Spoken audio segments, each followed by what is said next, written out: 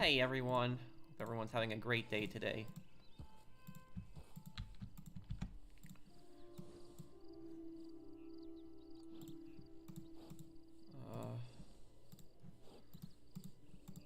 Hi guys, let me just post this on Twitter.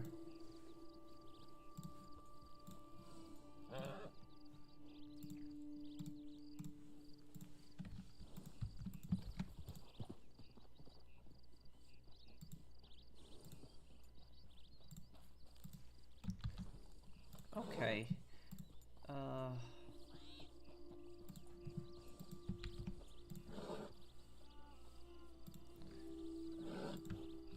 I hope everyone's having a great day. Guys, great news.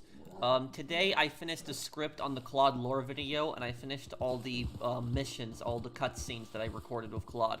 The only thing I have to do now is I just have to record the dialogue and put the clips together. It's gonna take me a couple more days, but when I do release this Claude lore video, I think people are gonna really like it. Okay, I have to feed my horse.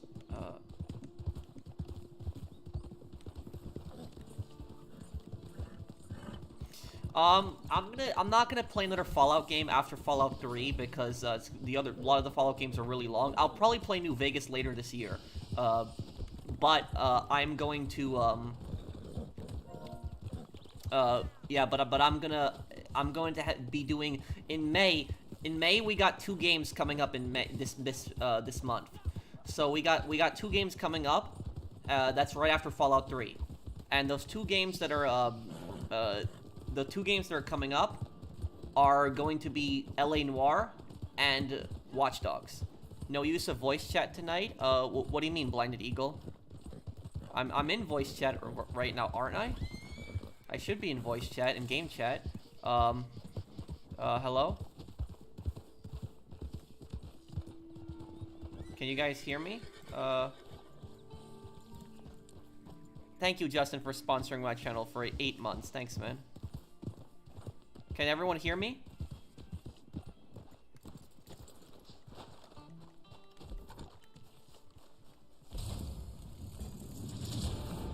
Can you appear online, ZZ Shy? I'm moving out of my parents' house. Well, that's good, Own Titan.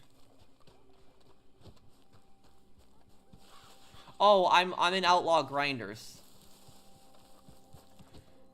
Can you guys hear me good? Does my stream look good? Is everything fine today? Hey, you gotta get out of here right now. Is my stream quality good? Is this...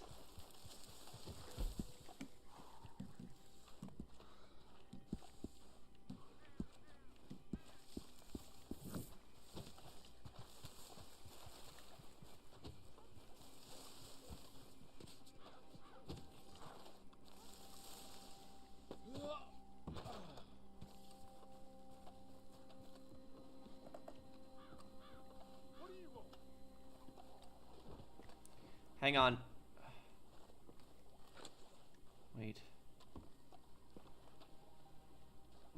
Nothing found yet.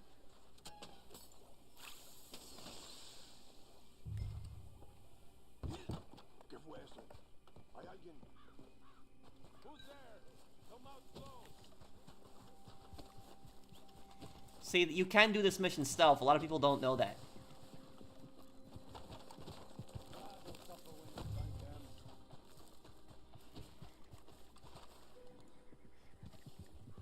You're my favorite,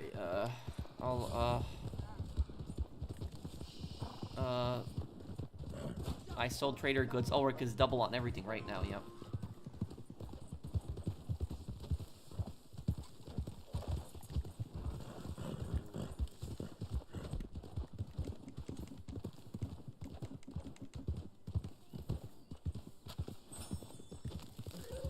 Hey Gary, how are you? Thank you, Mr. Nowhere. What's the difference between negligent homicide and involuntary manslaughter?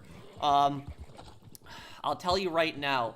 Negligent homicide is more like negligent homicide is like when you cause somebody's death, but you're not like directly you're not directly killing them. it's a little harder to explain. I'll get, but let me just look up involuntary manslaughter, because there's voluntary manslaughter and involuntary manslaughter. I did learn about these some time ago. It's just been some time. Involuntary manslaughter, but there's involuntary manslaughter and involuntary manslaughter. I know that.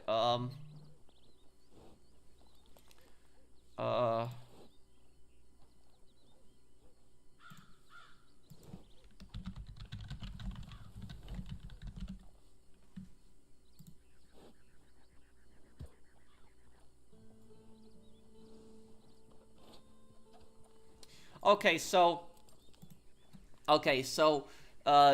it says here on that negligent homicide, it requires criminal negligence, while manslaughter requires recklessness. What that means is I'll give you like a perfect example. I'll give you like a perfect example. Some idiot is like speeding, right? They're speeding, you know, they're maybe, let's say they're going like 120 miles per hour, right? And they smash into like a car. And they kill the person in the car. That's negligent homicide because they're already breaking the law as they killed the person. They didn't intend to kill the person because, you know, they're reckless driving. They did. That's negligent homicide. Involuntary manslaughter would be like an example of like, let's say for example that you're operating a crane, like a construction crane, and is that you're being very reckless with it, and like you move something in the wrong place, drop something, it falls on somebody and crushes them. That's more like involuntary manslaughter. So that's what I would say is the difference between them. Hi Pro, can you invite me? I'm online. Thank you, man. Gnawa, thank you for the super chat. What's your PSN? What is your PSN? Can you tell me, on here? Let me actually go to, you know what, let's go start up a mission here. I'm gonna go to James Langton. I haven't seen him in a long time. Hey, Golden. Storm Wraith. Okay, I'm sorry that I didn't remember exactly, it's just, there's just so many people I have my friends list, so I'm sorry I didn't remember you right away. I hope that's okay.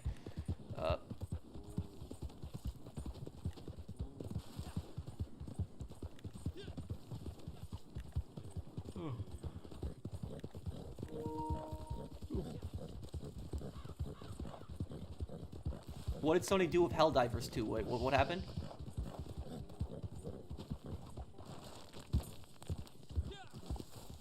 There's no point for me to play Red Dead Online anymore. Why? What's wrong, dude?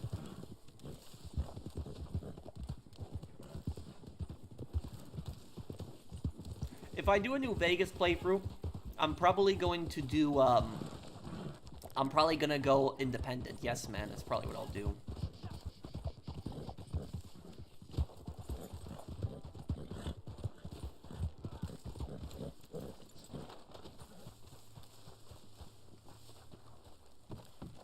Spot a felon. First thing I look for is an idiot in a mask. Okay. You paid killing. So I got another felon needs killing. Name let me see, Jim Hampshire. Decent price on him. No idea what he did. Not sure if I care. But I'm sure it's legitimate. In its way. And I'm sure you don't care at all either way. You're too like me. Anyway, he's supposed to be hiding up at Fort Mercer. Go in Fallout 3, did Texas survive? Every place survived in the Fallout world. Just some places got more destroyed than others. If you're talking about that the nuclear bombs not hit Texas, nuclear bombs very much hit Texas in the Fallout world. Texas would be a prime target. It's a very populated state. It has, you know, tons of oil there too. So it is definitely a place that that like China would target in Fallout. Helldivers 2 now requires a linked PSN account on Steam. People are upset because it was not a requirement before. Making the decision seems arbitrary. PSN is not available in every country. Oh, what? So if you're playing on Steam, you need to have a PSN account? What? How does that make sense? You're playing on PC, not on PlayStation. Isn't Texas also a low-income state? It's really debatable, because if you like compare like this is what people don't understand about incomes between states. People will compare like a state like Texas and like a state like New York, and people will say, oh, you know, Texas is a low income state, New York is a high income state. But what they aren't factoring in is that people in New York do make more money than people in Texas. That is true. But the question is how much money is the government taking from you? And also the second question is, how expensive is stuff? How expensive is rent? How expensive is property? How expensive are other essentials?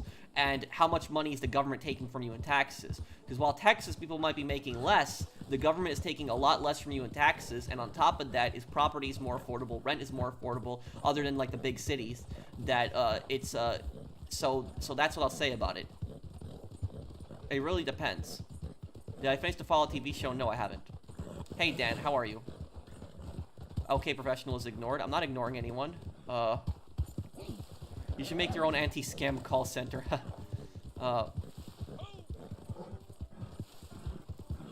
Bro, can you explain why all the ancient behemoths are just hostile to anyone? Well, the super mutant behemoths have just been alive for over 200 years. They are just hostile towards anyone they see. They're just insane. The FFV has rotted their brains.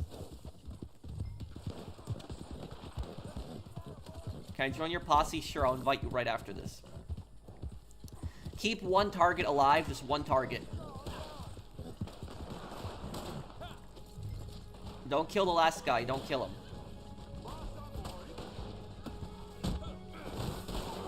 Oh, no. Oh. Okay. Ever thought about playing any WWE games? Not really, no.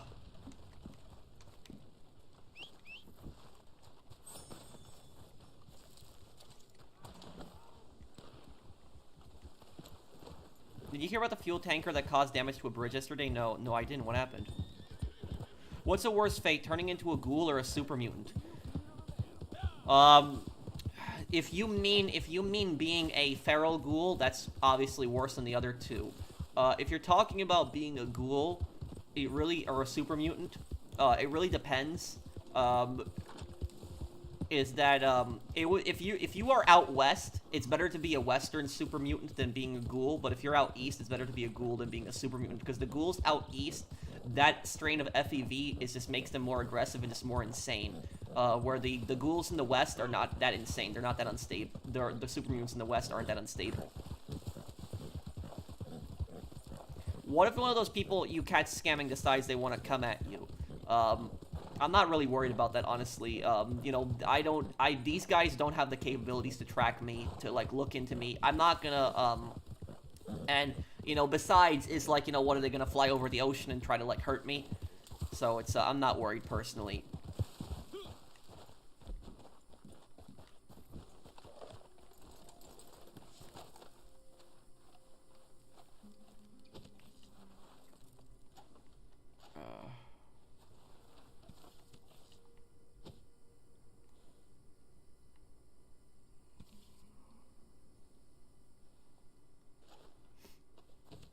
Oh, and let me invite you to the posse, right? Oh,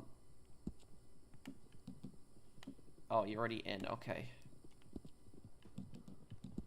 Oh, damn, I'm sorry, I didn't mean to do that. Everyone rejoin, I'm sorry, I didn't mean to do that.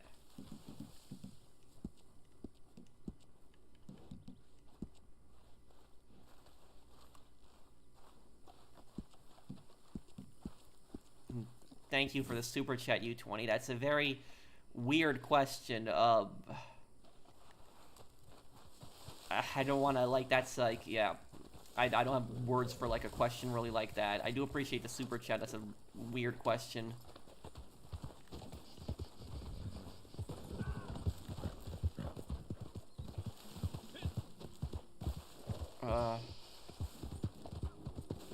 See, how do I get down there?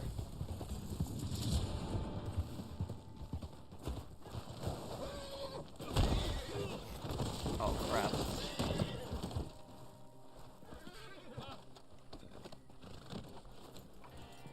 Did I go to UCLA? No, I didn't. Oh, no.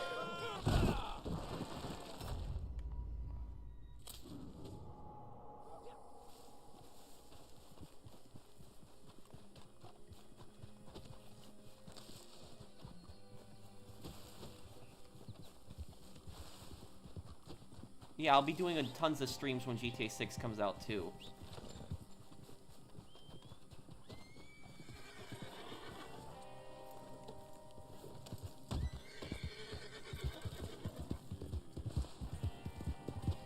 How does Reddit Online feel with only 5 people in the world playing?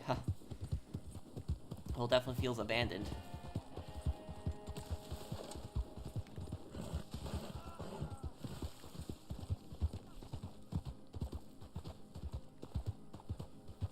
Have you heard of Scammer Revolts? No. I've watched Scammer Payback, Kit Boga. I've watched Jim Browning.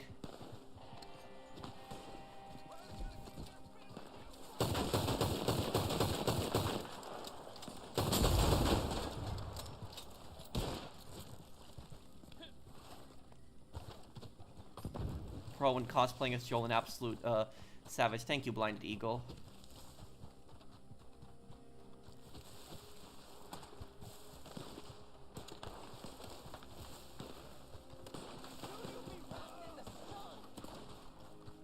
How would you react if Rockstar gives other creators 2 weeks before launch for them to record their gameplay, but they exclude you for the criticism?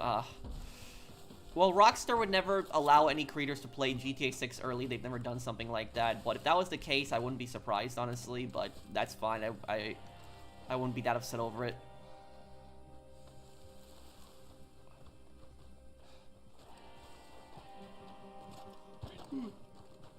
Do I think the Brotherhood of Steel and the Institute should both be destroyed? Yeah. Both of them. Do your toothless old man voice. Oh, the one where I was pissing off the scammer. Huh? What is that? Alice, can you hear me? That's like my old man voice. Like when the scammers are like, I'm talking to the scammers. Whenever I do that voice, they're like always convinced that they're talking to an old man.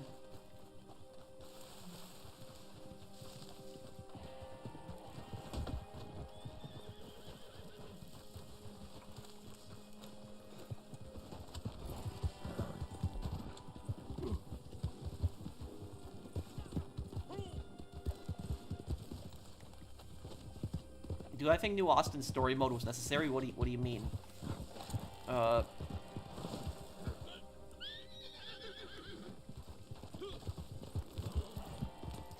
other accents can I do? I could try to do an, Eastern European accent. Hello, this is Dmitry Reskolov. I can also do a few New Yorker accents. Hey, how you doing? Or I can do like, hey, Ditch, what are we doing today?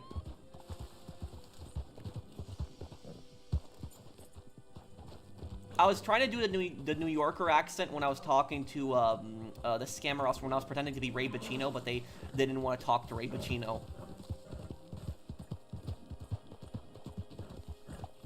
Rival Moonshiner Camp. Where is this Rival Moonshiner Camp? I don't see it anywhere here. What do you mean, Michael? Hey, Pro, I was wondering if I could add you on PSN. Oh, thank you, Golden. What is your PSN? I could probably add you after the stream. The sniper in New Austin, I meant. Wait, Darth Ren, what? You gotta explain what you mean a little bit. You gotta explain what you mean. Did I see your 2 comments? Let me see.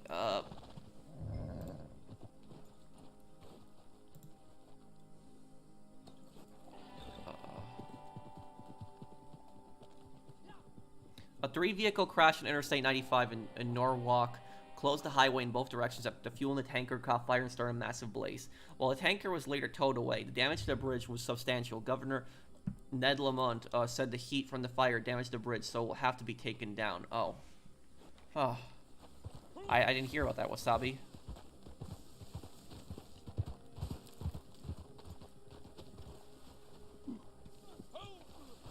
Don't spare Roy Phillips in Fallout 3. I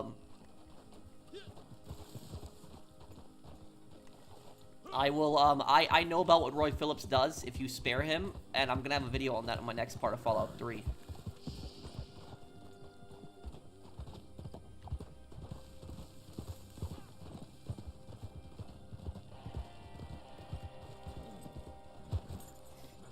Wait, Pikachu, you're having problems? Hang on, trying to send a message here. Unable to send message. Hold on. Let me see if I can try to fix this here. This mission also might be glitched out. That's the thing about this mission, that we can't find the.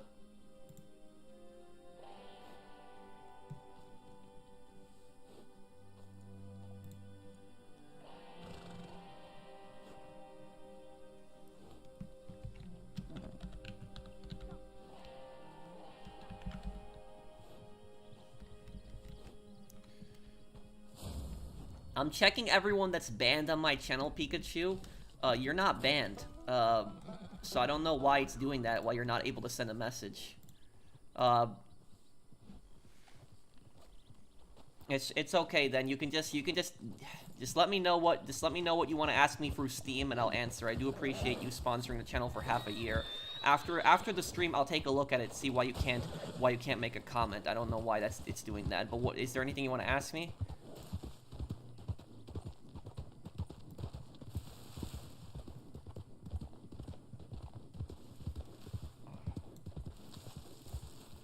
Hey, Phoenix. Yeah, I think that killing Roy is the more moral, the better approach.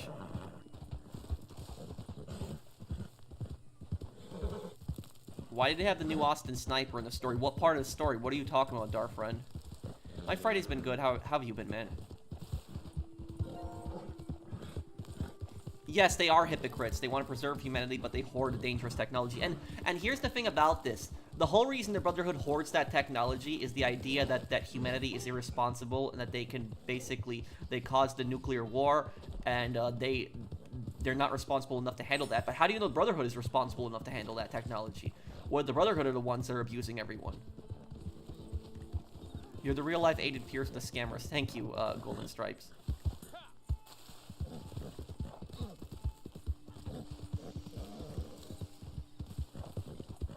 No, I'll probably get dog meat in Fallout 3.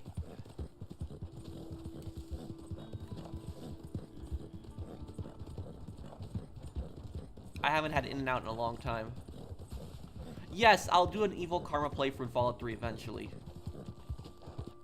What is your opinion on Shiro Ishii and Manchuria? Did the US made anything useful from the surrendered research? Some people say they advanced virology and medicine. I haven't ever seen any proof of that. But Shiro Ishii deserved to get hanged. He was an evil Japanese scientist during World War II that was never prosecuted.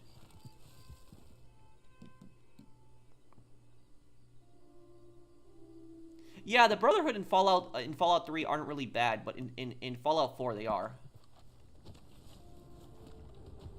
What playthroughs are you planning to make? Well, later in May we're gonna be doing LA Noire. And we're also going to be doing Watch Dogs, LA Noire and Watch Dogs in May. What do I think of Kanye West? I think he's an idiot. Well, it doesn't matter if you have a good karma or low karma, people will still put bounties on you. The high karma will send talent company after you. Low karma will send the regulators after you.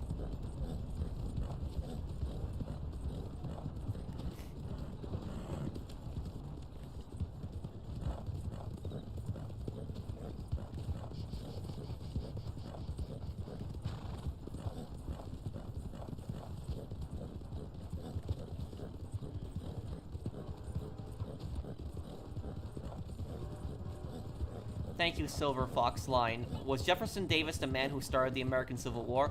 Well, he was the president of the Confederacy during the American Civil War. Thank you, Silver Fox. He's one of the main causes of the Civil War. I would say the southern states seceding is basically what ended up causing the Civil War.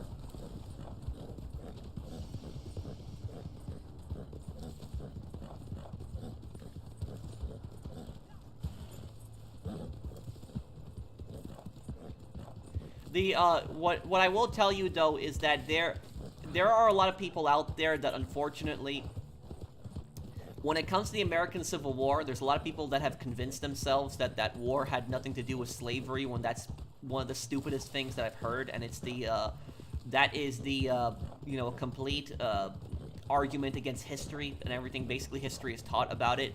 But yeah, there's people out there that believe that the American Civil War had nothing to do with slavery, and they think slavery was not even part of it at all. That's just a stupid view to have, and it just goes completely against, you know, everything in history.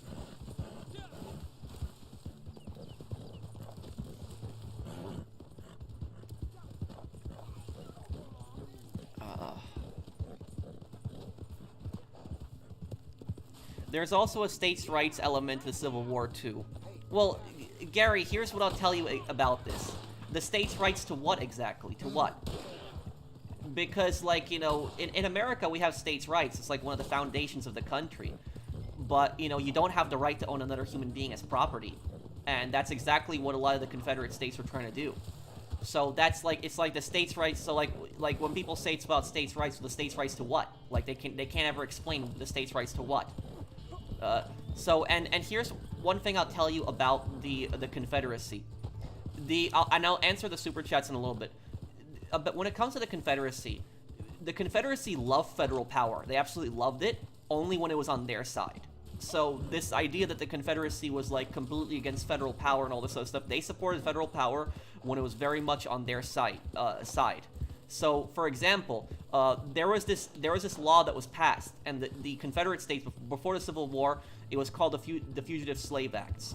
What the Fugitive Slave Acts basically is that if a slave escaped from a slave state to a free state, the free state had to cooperate with the slave state in order to return the slave to the slave state. So if a slave escaped from a slave state to a free state, the free state had to return them. That was a federal law that the southern states had basically helped to enforce and pass.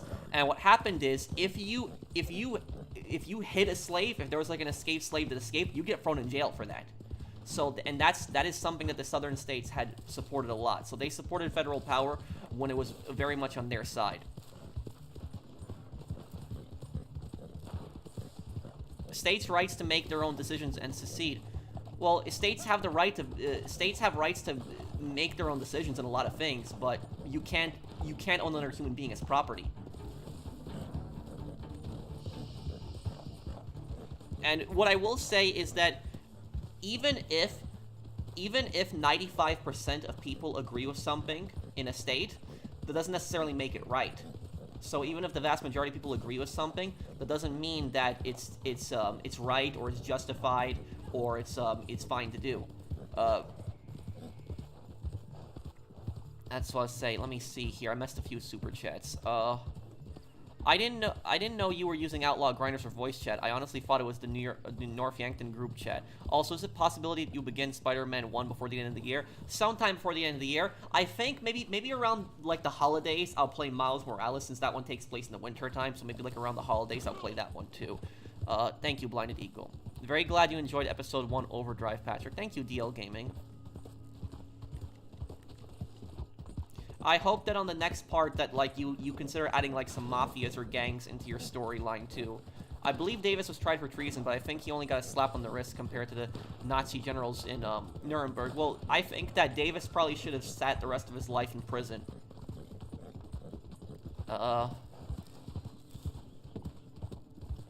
Slavery was wrong, but it's about less federal power, which is what the founding fathers fought for. But here's the thing, Gary, is look.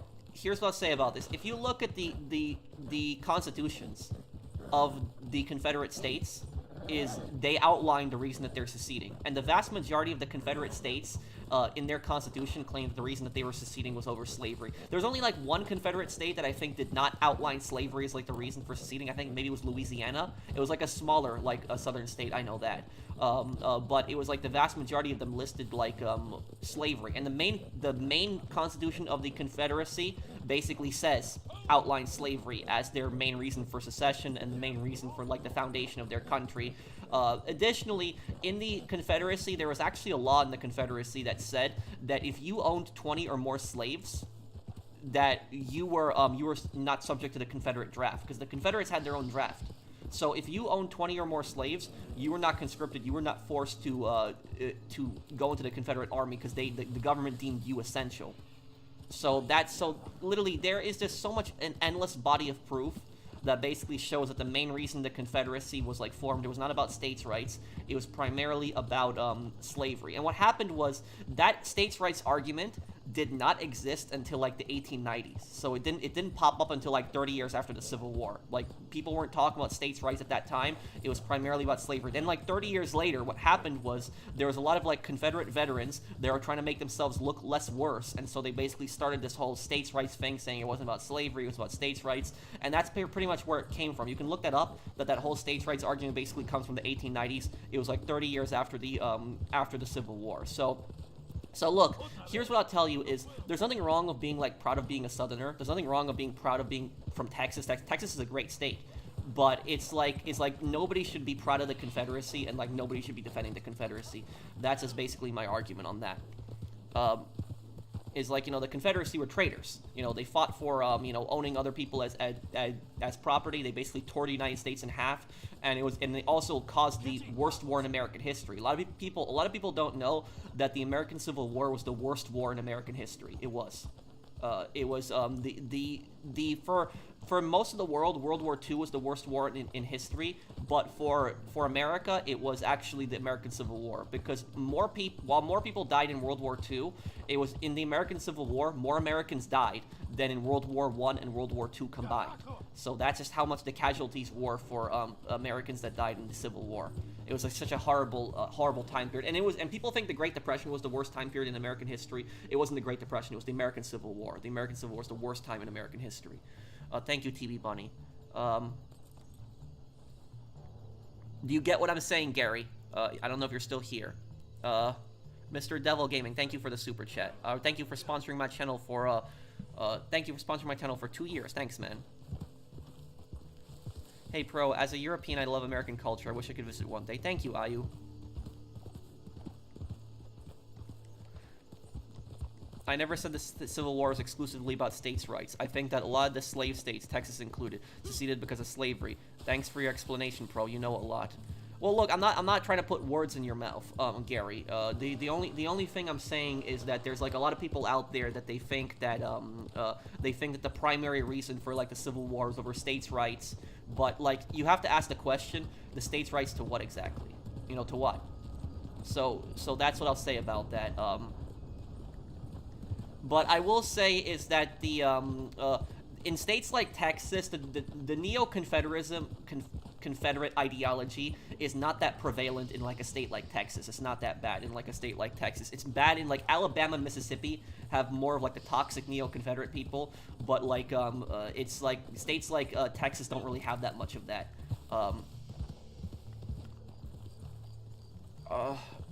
Hope you have a good day, my friend. Thank you, Rommel Smith. Thank you for the super chat.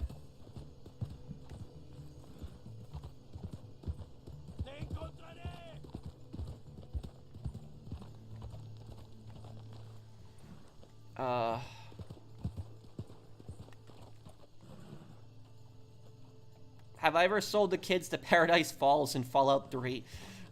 When I played as an evil karma character, I did pretty much every single evil thing in the game that I can think of. Like there was like one playthrough I did as a kid. I did like every single evil choice, like the worst things in the game.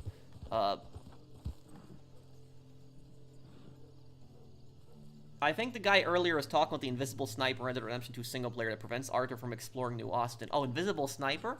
I don't remember that. Darth, are you still here, man? I'm sorry if I missed your comments earlier. Oh, why did Rockstar prevent Arthur from entering New Austin? I guess because he passes by Blackwater, and it kind of like, you know, ruins that. It kind of like doesn't make sense for Arthur to be in New Austin. I don't know if you're still here, Darth. I'm sorry I didn't see your comments earlier.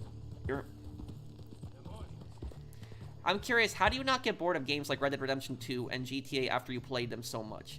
You know, these are games that I've been playing on my channel for years, and here's the thing about this is I'm a man of my word, and I keep my promises, and I believe in that. I believe in that very strongly, that, like, you know, when you make a promise, you should keep it and honor it.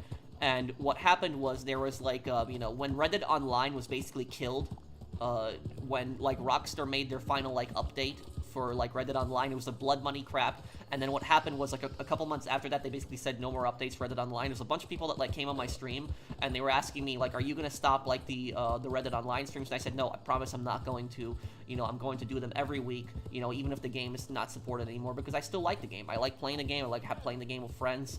And to be frank, is this game mixes things up, because I'm gonna tell you guys something. If I was doing 2 GTA Online streams every week, it would get boring. It would just be the same game Friday and then the same game Sunday. And so if I play like Red Dead Online on Friday and then like GTA on Sunday, at least it mixes things up. It's not the same game every single time. You know, that's what I'll say about it. How do you delegate tasks? It's not easy. It's not, it's like, right now it's kind of hard to do, because I'm doing 2 playthroughs. I'm doing Fallout 3, and I'm doing Fallout 3, and I'm doing, Ace Attorney, and I'm trying to finish that Claude lore video, so it's not easy.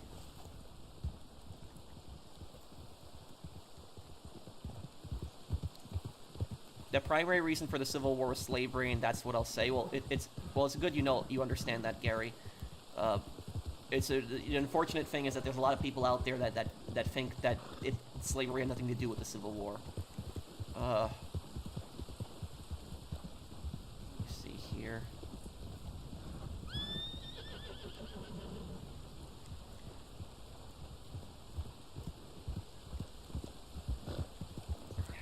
You said you think the Civil War is the worst time in American history, so what time do you think was the best in American history? I would say the 1980s.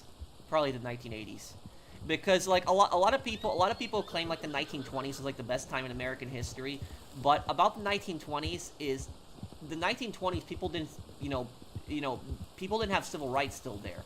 There was like a lot of minorities that had their rights violated, so it was I would say that the 1980s were probably the best time. Like the Cold War was coming to an end.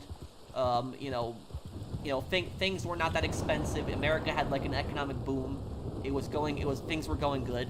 So I would say like the 80s, probably the 80s was probably the best time in American history. But also the Mafia. Well, to be fair, the Mafia was not really a problem for the average person in the 1920s.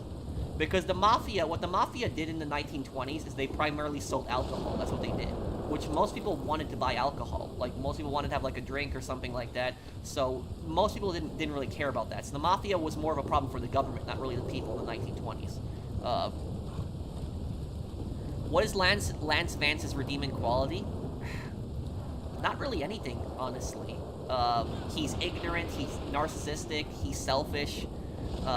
It's best you play Spider-Man 1, because otherwise you won't understand part of the story. But Miles Morales is also really good.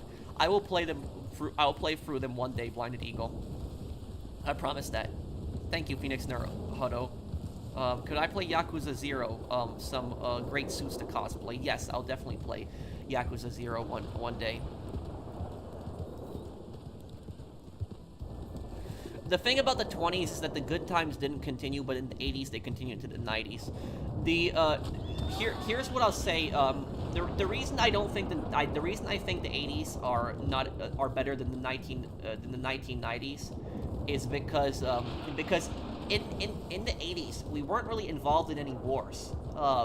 We really didn't have any conflicts in the 80s. I'm trying to think. I think when was the Panama invasion? Was that in the 80s? I think I would have to look that up exactly. What year was the Panama invasion?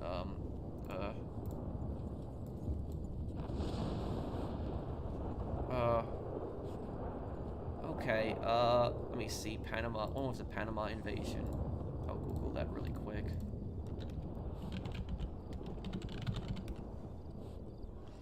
It was 1989 to 1990, but it only lasted a month.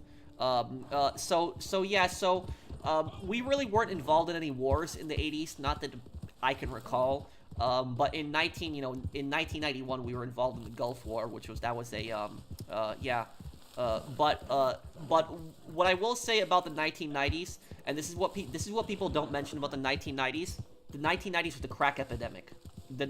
Crack was like a massive problem in like all major cities. Like, it was just sort of controlled. Crack was all over the place.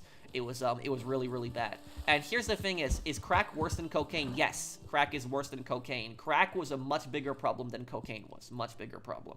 That's what I'll say about it. San Andreas also shows the crack epidemic in the 90s. It shows that pretty well and basically what happened. When will I play GTA 4 again? Either tomorrow or Monday. Either tomorrow or Monday we'll play.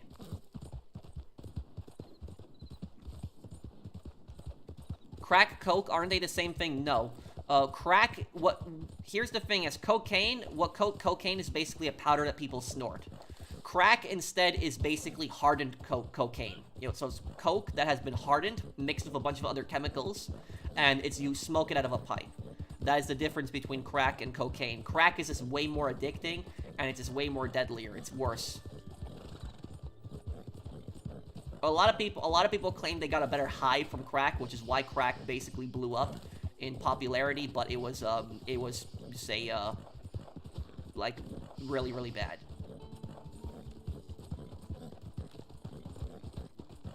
I wish I could play the Fallout music for you guys, but I'll get copyright claimed to hell if I do.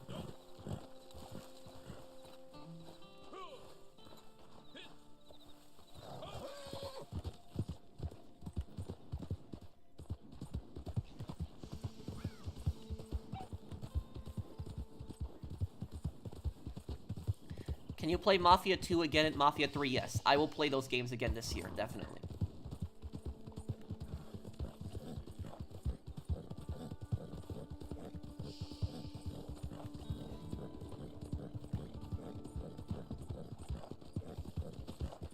What scammer was the dumbest scammer you talked to in your trolling scammer videos? Well, when that scammer basically wrote to me, "Don't be a vitamin," that was one of the that's one of the stupidest things that I've seen. So for people that don't know what I'm talking about, I was trolling a scammer recently, an investment scammer, and I basically texted the scammer and I told the scammer I'm talking to another investor named Ray Bacino, and he's offering me $100,000 profit. And the scammer basically wrote, "Don't get scammed, don't be a vitamin." So the scammer was trying to say, "Don't be a victim," but they wrote instead, "Don't be a vitamin," which that's like, that was, I would say the dumbest scammer that I talked to was the scammer it was like back in November.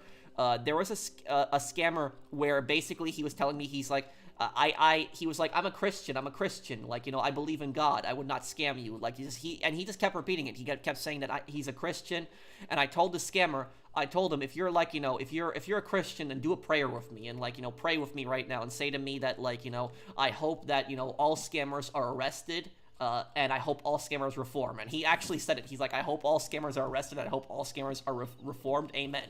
So, like I was tricked him into praying with me, too.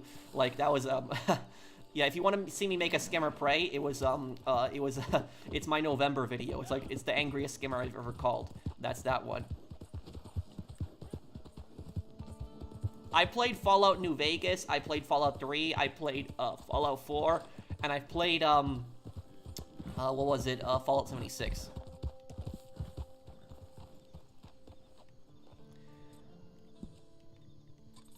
You're agnostic, pro. I know that, but look, when I was making the scammer pray with me, I wasn't trying to offend anybody. The only reason I did that was basically to troll the scammer. But it was like, what I will say about this is that it honestly disgusts me so much how these guys, like, use religion to manipulate people, like these scammers. They basically say, oh, I'm a Christian, I believe in God, I would never lie to you, like, you're my friend, and stuff like that. It's like, honestly, I'll say to this, is if hell exists, that's exactly where these people are going. So that is, like, the fact that they would, like, use religion like that and say, like, oh, I'm a Christian, I believe in God, you know, I wouldn't lie to you, and they're still doing that, like, that's, like I said, if hell exists, that's straight where those people are going. That's, just...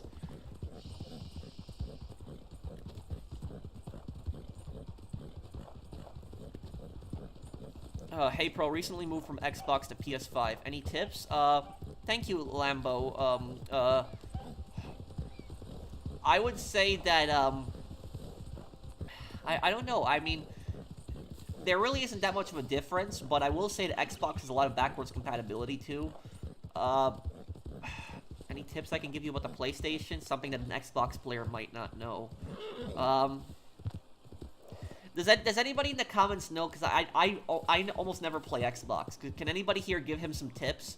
Is there, like, anything that an Xbox player should know about PlayStation? Like, does anybody because I don't know honestly what tips I could give you, dude. I'm trying to think, but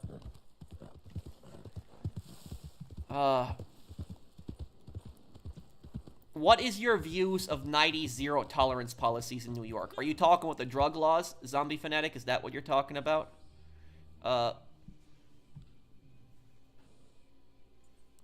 Yeah, yeah, the thing is, though, is about that DK Mach, is I signed up with a YouTube partner, like a YouTube, because, like, a lot of YouTubers have, like, their own, like, a partner through YouTube directly that they talk to, and, like, I signed up for that today, and so, hopefully I get approved for that, and, basically, if I get, like, my own, you know, YouTube partner, agent, whatever it's called, I'm gonna talk to him, and basically I'm gonna ask him if he could take away that community guideline strike that I got, like, 4 years ago, because that was just ridiculous.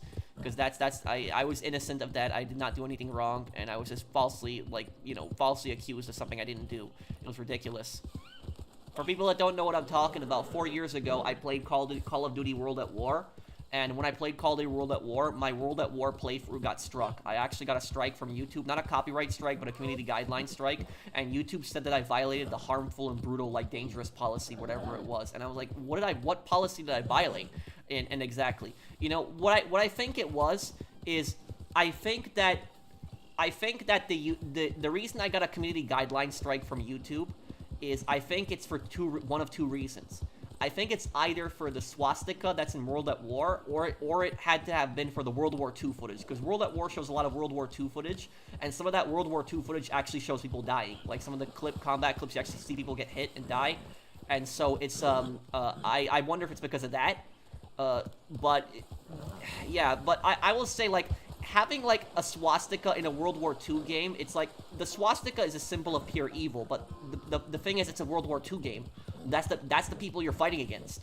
So I don't understand why somebody would get struck for, like, playing, like, a World War II game with, like, that.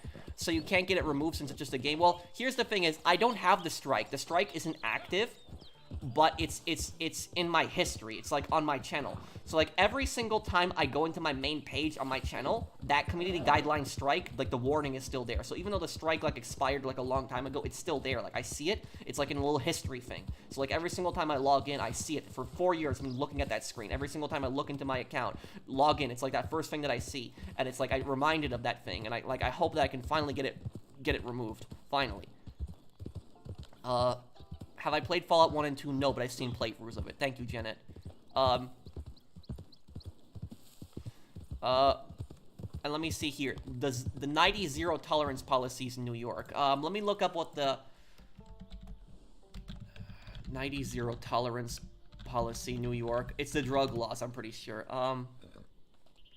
Zero tolerance policing is set to begin in New York during the 1990s under Police Commissioner Bratton and Mayor Giuliani. Giuliani was elected mayor in 1983, and Bratton was appointed as commissioner. Giuliani's electoral campaign is centered around reclaiming the streets in New York. What is the zero tolerance law? Okay, wait, this is alcohol, but wait, what are the...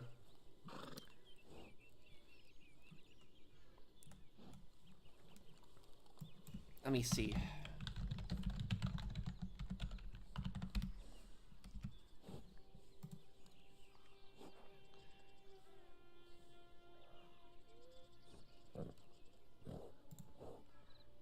Oh, I think I know what this is. This is like when Mayor Giuliani was in, like, not to bring up politics in this, but it's, yes, this, I would have to look up all the policies.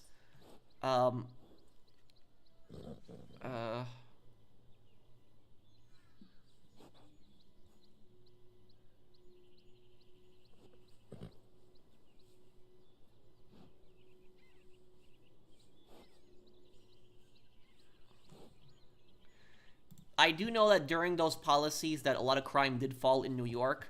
What I will say to you guys is,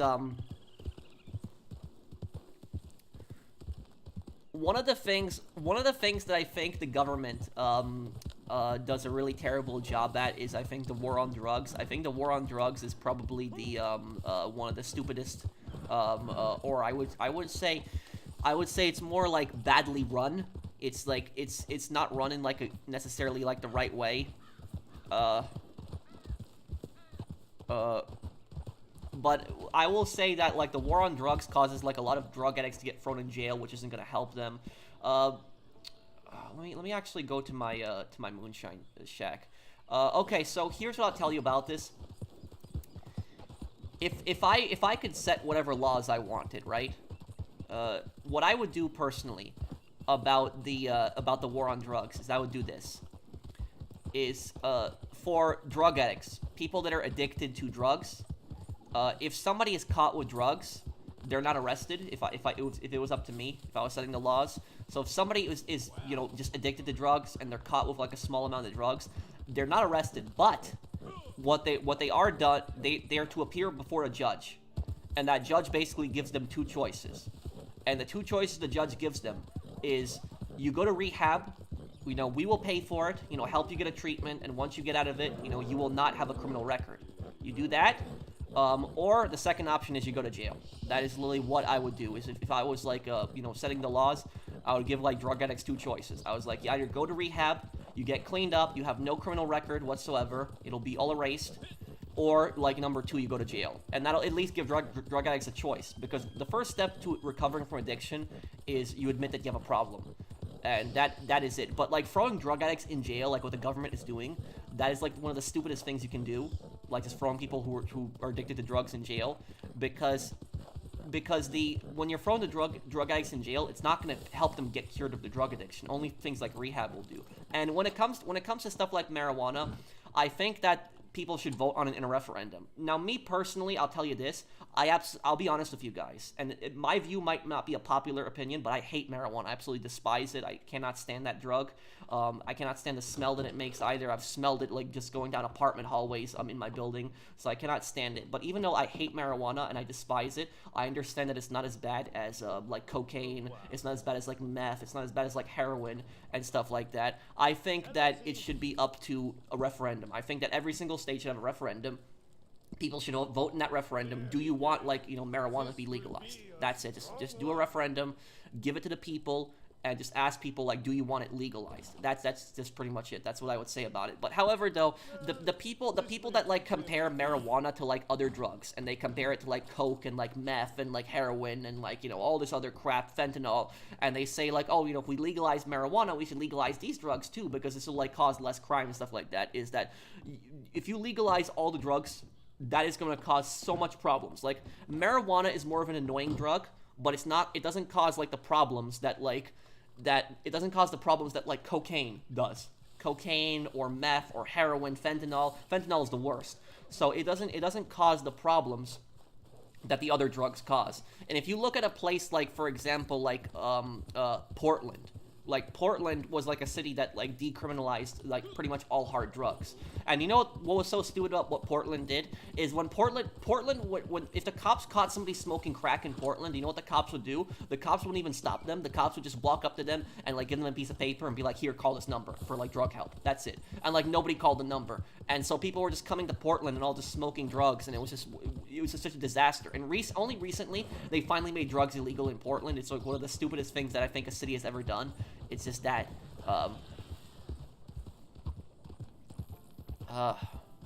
if people wanted marijuana legalized, would vote for somebody who wants to legalize marijuana at an election. So what's the point of the referendum? Because the referendum allows people to decide on the main issue. Like, it shows you how much people support that specific issue. Because you can have people from both parties supporting legalizing marijuana. So if you just put it just to a referendum, because when people vote politics, they're not, like, I don't know of anybody who's going to vote for somebody just because of legalizing marijuana. Like, I don't know of anybody who's going to do just for that. But what I will say is that if you just put it to, like, a referendum and you just ask people directly, like, one question, like, do you want to have it legalized? You just put it straight on, like, the referendum, let the people choose, and that's just pretty much it. City of Portland is run by anarchists. I know Portland was run into the ground. It was run terribly. I don't want to get involved in the politics. I'm going to stay away from the politics of it. I'm not even going to mention that. But it's like just saying, like, but Portland, what they did with Portland was a disaster, and they were stupid with just those laws. If the 80s were the best decade, what were the 50s? The 50s were not that great of a decade, I would say, because the 50s had numerous problems. One good thing that happened in the 50s is that when a lot of World War II soldiers came back, they were able to buy homes. That's, like, one good thing that happened in the 50s, I would say. But like the 50s had the Korean War going on, 1950 to 1953. You had constant threat of nuclear war. Like people were terrified. People thought that we were gonna, everyone was gonna kill each other like any moment. And then you also had segregation. So I wouldn't say the 1950s were a great time.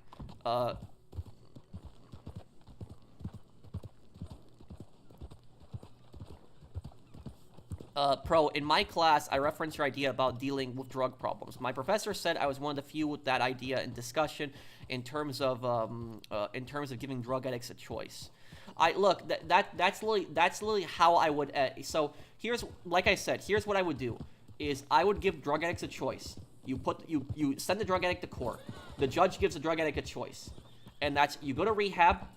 When you complete rehab, you have no criminal charges, no record, nothing whatsoever. You will not spend a day in jail as long as you complete rehab and you're cleaned up. But if you don't want to go to rehab, we're gonna send you to jail. So that's just pretty much it. That is because then you're just gonna be smoking drugs on like the corner. If you don't, one of the first things is you gotta admit that you have a problem.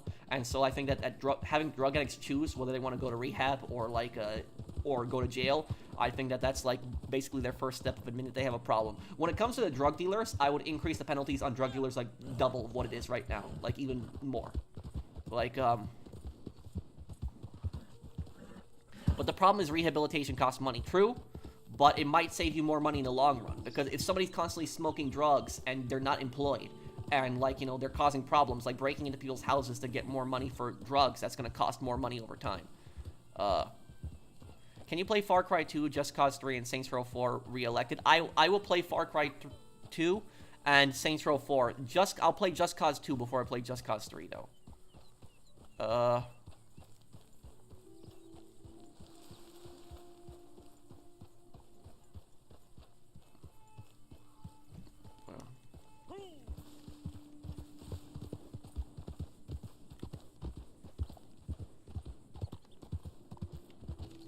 Okay, let me, what are we gonna do right now?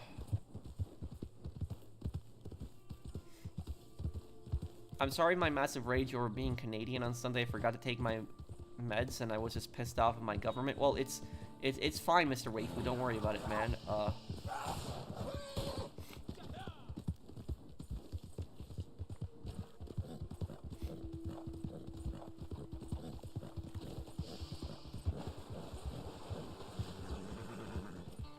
Well, here's what I say. Florida is suggesting like death penalty for drug traffickers, and about that is a lot of countries in the world already have the death penalty for drug traffickers. Like for example, Singapore does it. But what I will say about that is there's a lot of misinformation going around, because like people are saying, oh, if somebody's like selling weed on the corner, they're gonna get the death penalty. No. What Florida is basically proposing is for drug traffickers. A drug trafficker is not a drug dealer. That is the difference.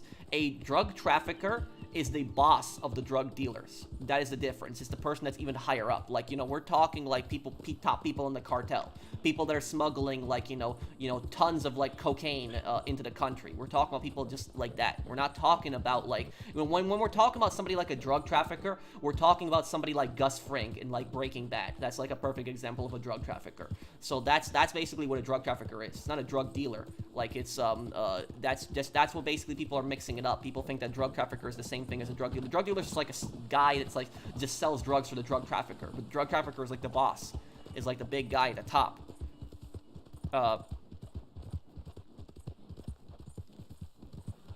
So I'm not saying that Florida's laws are necessarily correct or bad on that, but I'm trying to give you guys like a different perspective on it, because it's what the media is like saying, that it's like, somebody that's like selling weed is gonna get the death penalty. No, it's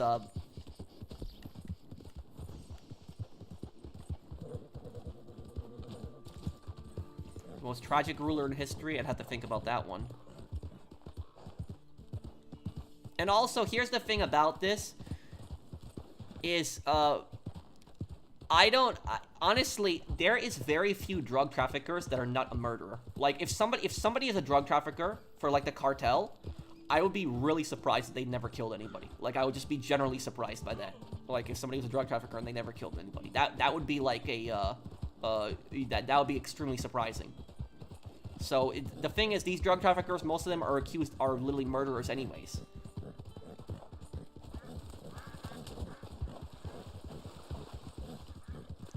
No, I haven't watched the Bad Batch finale on Titan. What's worse, crack or meth? Oh. I don't know. I'm not a complete expert on that. Maybe meth? I don't know. Maybe somebody in the comments will know which one is worse. But regardless, is both of them are just really bad, and they both of them should be illegal. If we get a Red Dead Online 2, what do you want out of it? I want them to actually focus on letting us be an outlaw, rob banks, rob trains. Rob carriages.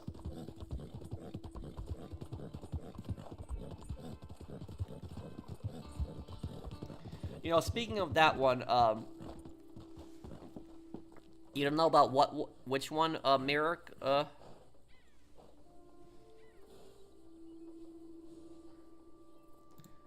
And let me, you know what I'm gonna do right now? What I'm gonna do right now is I'm gonna make a poll, actually. You guys gave me a great idea for a poll. For Red Dead. Hang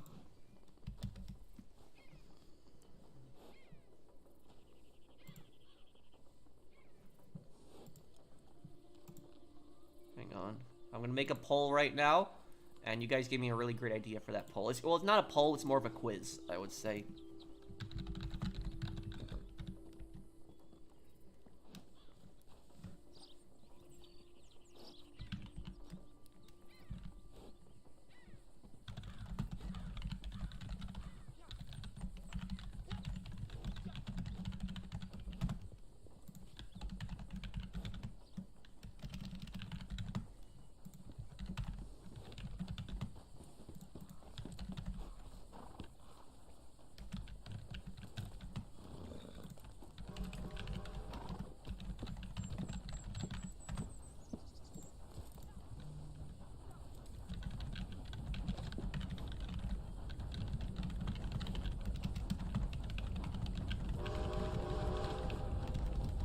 Hang on, oh, did I just get hit by a train while I was... Okay, How you doing, Freddy?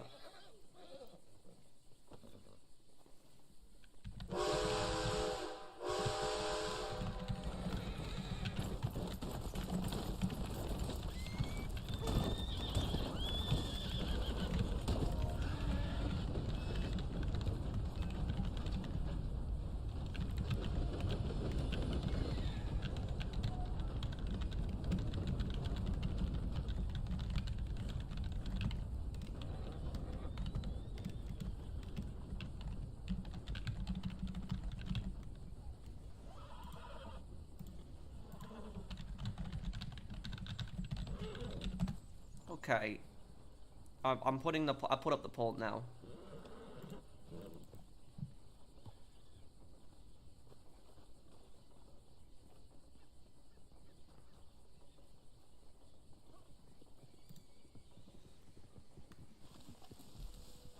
Okay.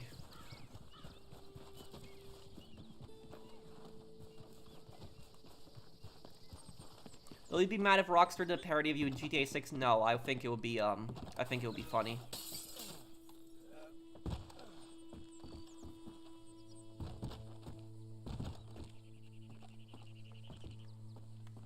What's your opinion on the Japanese type hay rifles? Let me look them up, because if I just see a picture of them, I might know exactly what it is. Let's see here. Is it the foldable one?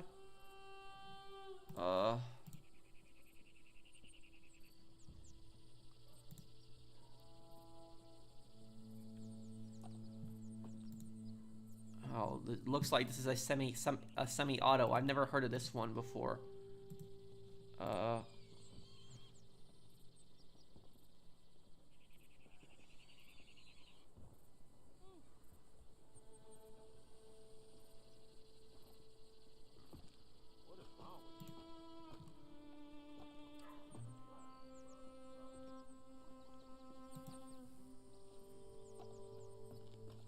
It said it was too expensive to make.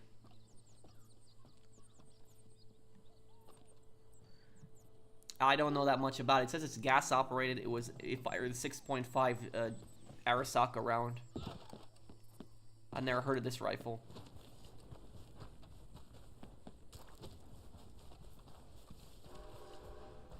Thank you, Gary.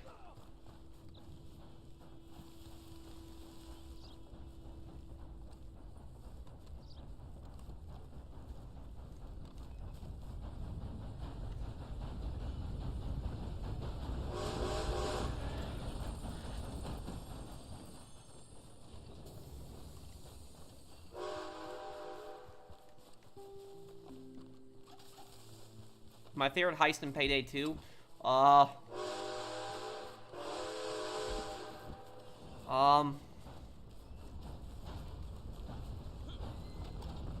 Maybe the Big Bank. My most hated heist in in Payday 2 was the meth heist. That one, like the one where it's like you're working for the cartel and you find the meth cooks dead, and then what happens is like you have to cook the meth. Like every single time I did that heist of randoms, like it would just, somebody would blow up the lab, like every single time.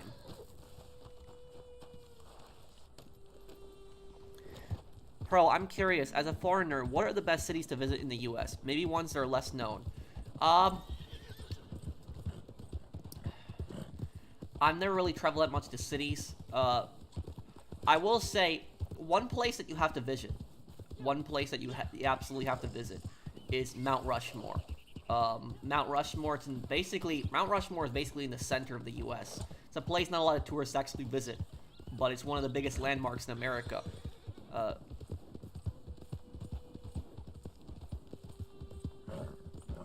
If you like, I don't know if you like motorcycles, but in Sturgis, it's a town in South Dakota, there's a really big motorcycle rally every single year in August.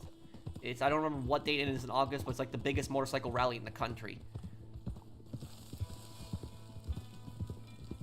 Will you play The Last of Us before or after GTA 6 next year? Also, when you play Part 2, get it for PS5 to check out No Return, the Lost Levels, and Guitar Free Play.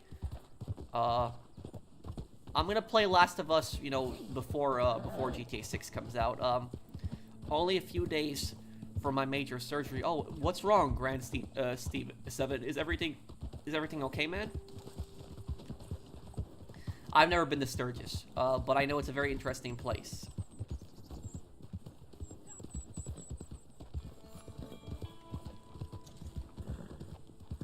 Isn't crack called spank in the GTA universe? Yes.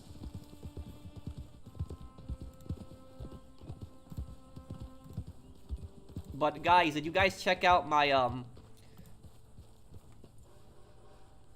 Did you guys check out the quiz that I posted? I posted a little quiz on my on my YouTube channel just now.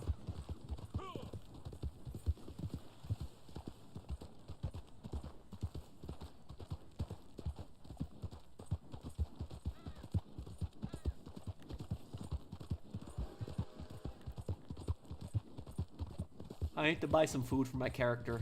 Yeah.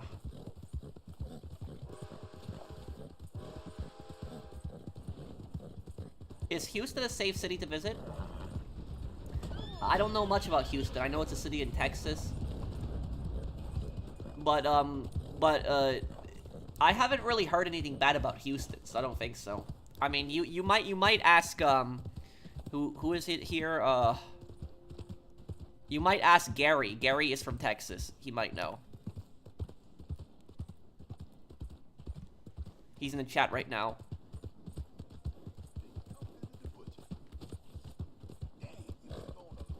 Hey, Pro, glad to see you. I hope you're doing well.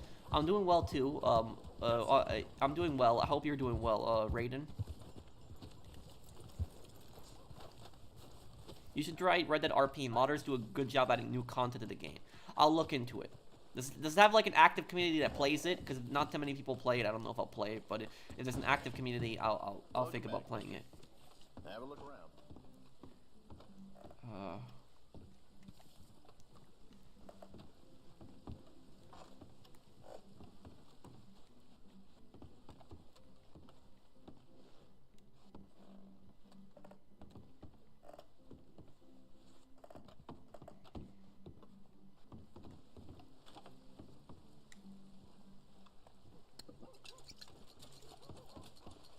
got the catalog too.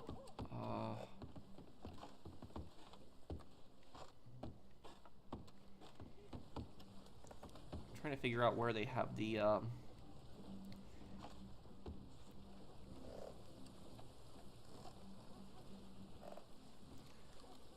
assorted biscuits, baked beans.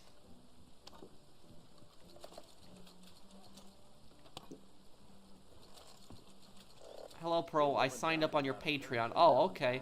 I'll message you after the stream, Williams. Thank you, man. Thank you for supporting me on Patreon. I ain't sure. Where is the salted meat? I know it's supposed to be here somewhere, right? Cheese wedge. Okay, buy one, too. That's fresh. I do like how you can actually walk around and just pick things up. Oh, here he is. Salted beef. Okay. I know the farm that came from. Good quality.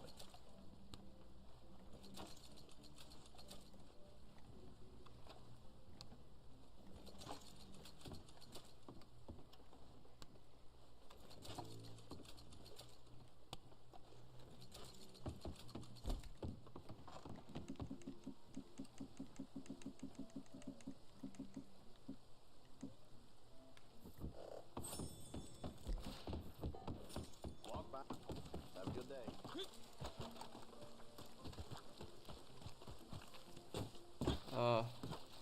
Am I ever gonna play Saints Row 4? Yes, I will play it. I still have to play the Saints Row 3 DLCs. I still have to play that. Is the Payday Gang evil?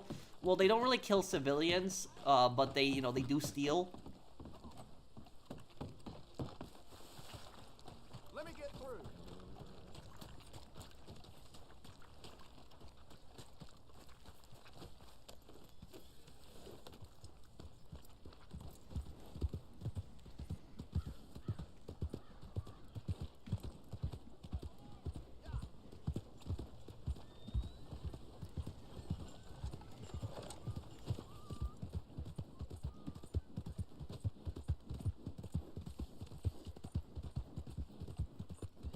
Any plans on another GTA 4 multiplayer stream? Saturday or Monday? We'll do it.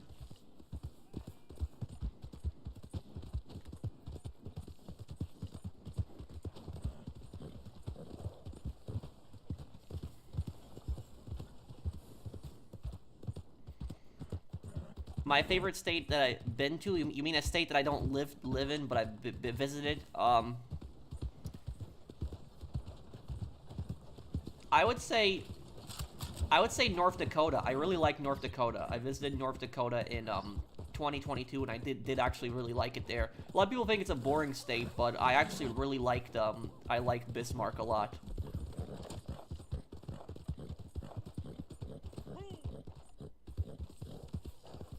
If the offensive avatar trolls get really annoying in the chat, I wonder if you'll make a video about it.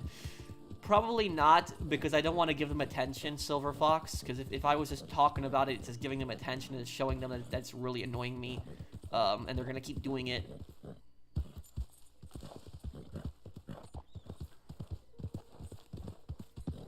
What I will say, though, is I don't understand, I don't understand why YouTube doesn't, like, ban certain avatars, like, right away. Like, when people have certain avatars, like a picture of Hitler's face or, like, a swastika, like, why is that not banned right away when, like, people make that account? Like, why is that not banned? Because what's so ridiculous is that YouTube has all these community guidelines, and, like, they constantly delist videos being not advertiser-friendly, but yet, does YouTube not have, like, a bot system that can, like, pick up avatars and, like, you know, if somebody puts a swastika as their avatar, like, why can't YouTube have, like, a bot system that, like, instantly blocks that account when they make it? Like, you know, something like that. I've seen people do that several times in chat where they just come in with, like, Hitler avatars, or, like, swastika avatars, and they talk crap. And I'm like, how are people making these accounts and they're not getting banned?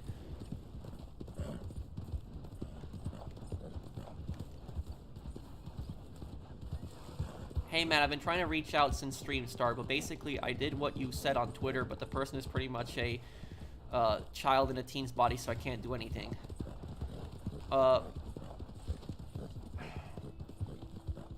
Wait, what? What group is this, random gamer? That's horrible.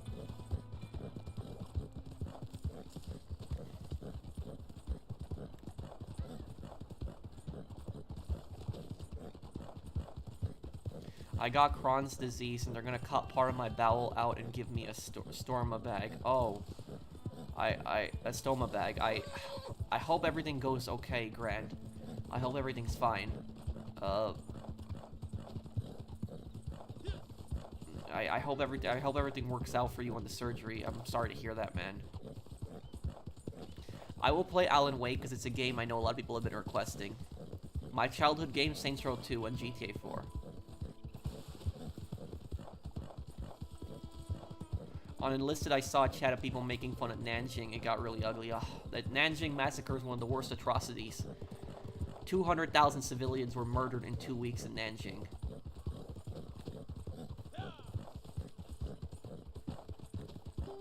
They call themselves troll police. Oh my god.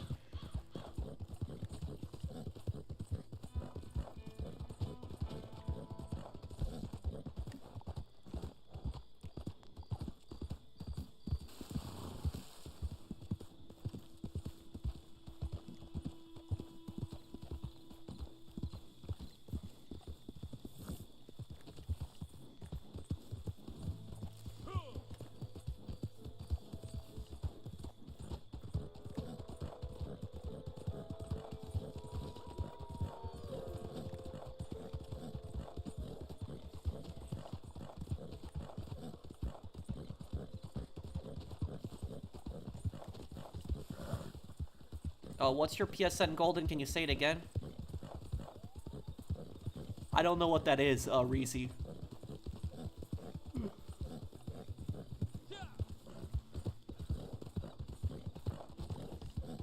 No, I'm from New York originally.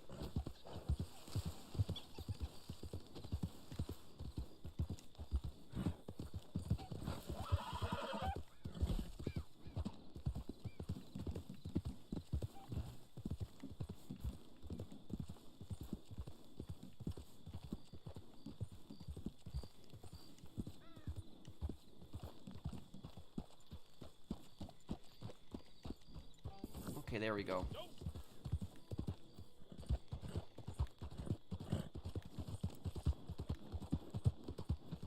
Hi, Pro. Nice outfit. Thank you.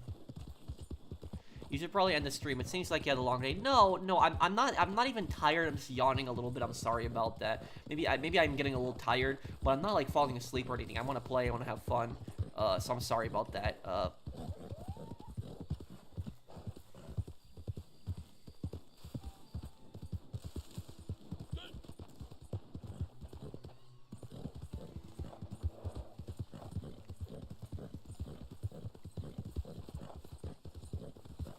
Something tells me the bad avatars are scammers you've been trolling. No, I don't think so.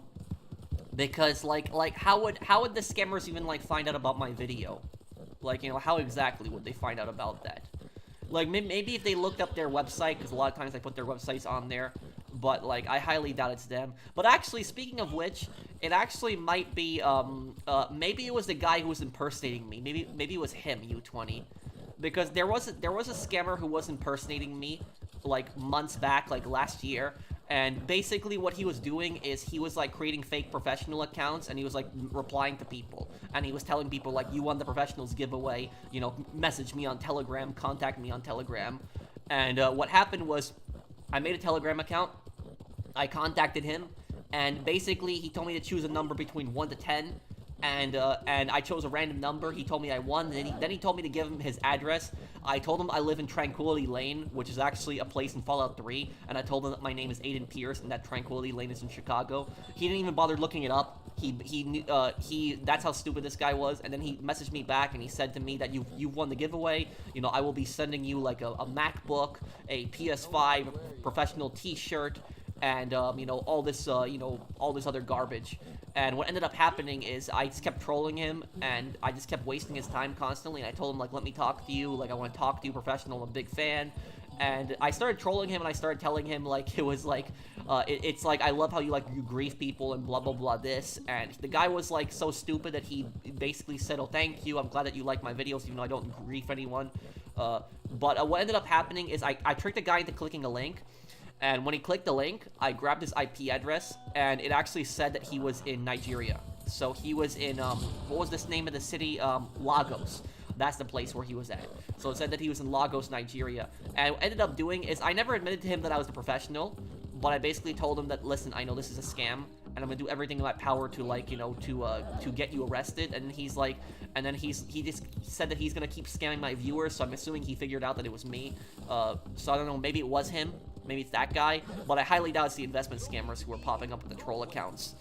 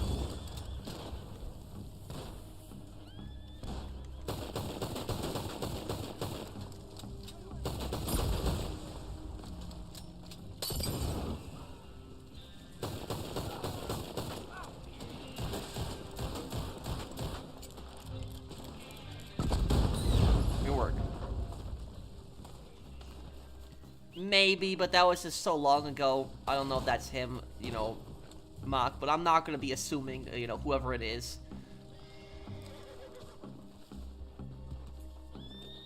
I'm surprised these trolls never used the hammer and sickle or the Confederate flag. They do, actually. It's not as common.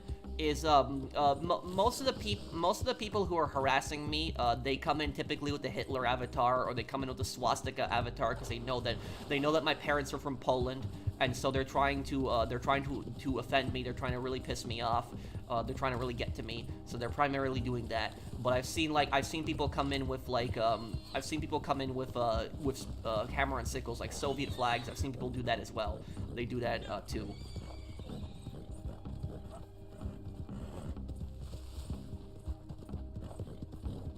Thank you, buddy, for the super chat.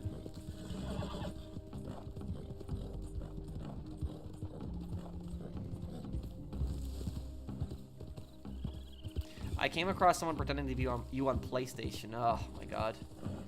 It's...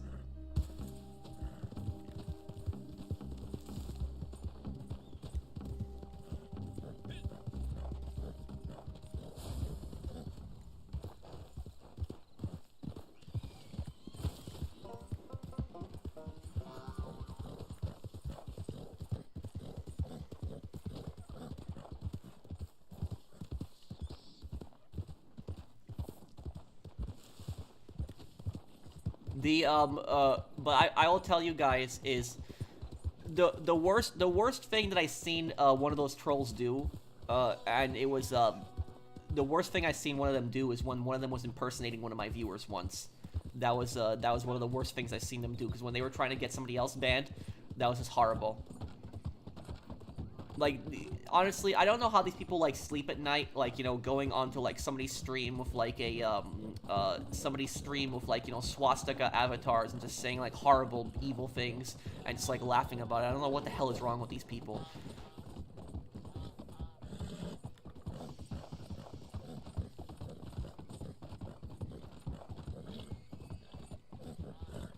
Well, yeah, Mr. Waifu, that's exactly what I was talking about there.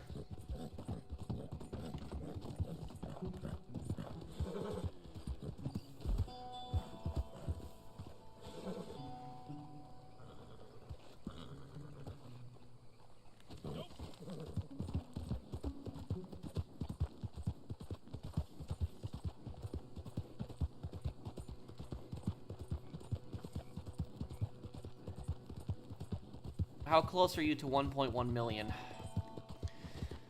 I'm really close. I'm just a few hundred subscribers away. But I will tell you guys though this, that you guys did help me boost my confidence in the last few days. It was just that I'll tell you something. I'll be honest with you guys. April has been my worst month in like years. Like it has been. Like April I've had like the least amount of views that I've had in like years. So like April was like my, you know, one of my worst months, and like very, very small growth in April. And it's just that I've been trying to get to 1,100,000 subscribers for like months now. I've been so close. I've been so close to it. And what happens is, like, I go up a few hundred subscribers, and then the next day I check and I lose like 20 subscribers, and then like maybe I'll gain like 50 subscribers later back in the week again. But it's like it's just constantly going up and down, and it never goes to 1 million, 100,000 subscribers. And I've just been trying so badly to get to 1 million, 100,000 subscribers. I just wanted to hit, like, set as a milestone for me, and it's just been a bit hard lately. But not having second thoughts, I hope. Are you shadow banned? No, it's not that. It's that the reason that my channel is growing so slowly right now. Be a spoiled sport, but I do feel strongly.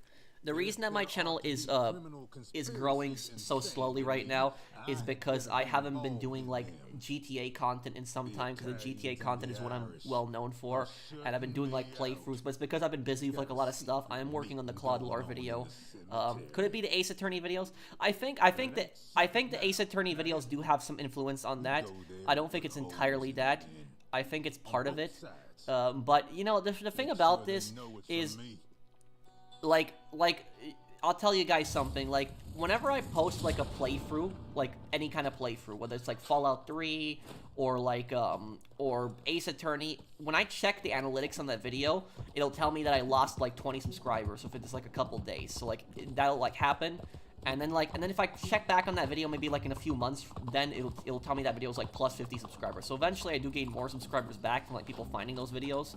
But it's like, I never understood like why people like instantly unsubscribe sometimes, like if they see like an Ace Attorney video or something like that. I know some people say, oh, I don't like the game, but I like the game, and it's something I like playing.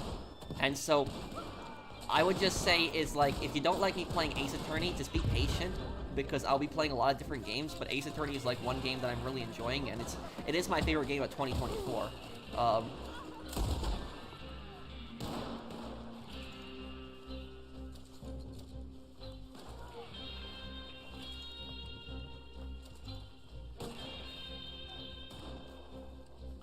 Oh, well, my streams are always pretty popular. You know, and here's the thing, having 300 subscribers on a game like Red Dead Online, that's actually pretty popular. That's actually really good. So having 300 viewers, like, there are channels that have like 1 million subscribers, but they'll maybe only have like 50 viewers on like a live stream. So 300, my live streams are usually very popular. And a lot of times, my live streams actually do much better than a lot of my playthroughs a lot of times too. And what I will say about that is, it's that people like my live streams a lot. They like my live streams not because I'm funny or anything. I'm not like one of those people that like constantly makes jokes or stuff like that. But people come by my live streams because I chat, I talk to the chat, I reply to the chat, I read super chats, I read comments, and I interact with people, and I tell stories. That's why people like my streams a lot of times. So a lot of people that come to the Red Dead streams don't even come to them just for Red Dead. They just come here just to listen to my opinion on things, and just like me answering their questions and talking about things. Better than selling your soul to one game. Yeah, and I will tell you something, is I would rather have, you know, if I had like the choice, would I rather have like 5 million subscribers and like only do GTA Online content, or like have like what I have right now and like do a variety of games? I'd rather have what I do right now and do a variety of games, because like just only playing like one game like GTA Online, I might get like a ton of views, but it's gonna drive me mad. Like, it's like I'm just gonna get burnt out, I'm not gonna have fun just playing the same game over and over again. Oh my god, hold on a second, there's a guy in chat again. One moment, guys.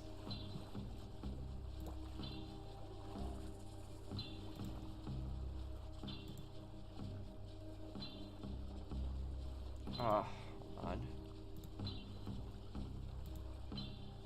Michael, I'm sorry. I'm sorry I accidentally deleted your message. It was just, you were just right below the guy, so wrong clicking on that one, but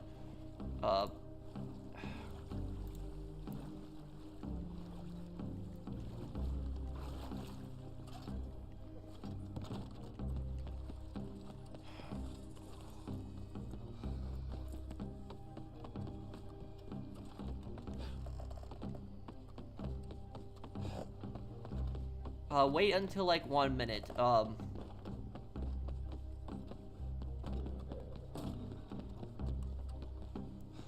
I know, but but I will tell you though, Saucy, is Do you know what I think? Do you know what I think the biggest problem is for like playthrough channels?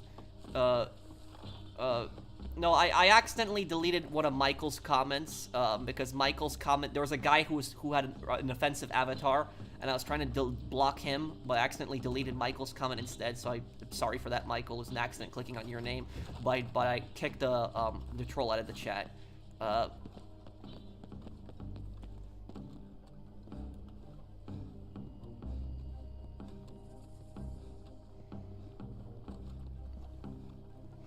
But what I was trying to say is that I think that guy was watching the stream because I said literally a couple minutes ago that he was trying to impersonate one of my viewers, and then that guy comes in and he's impersonating the same viewer again, so he's been watching the stream. It's I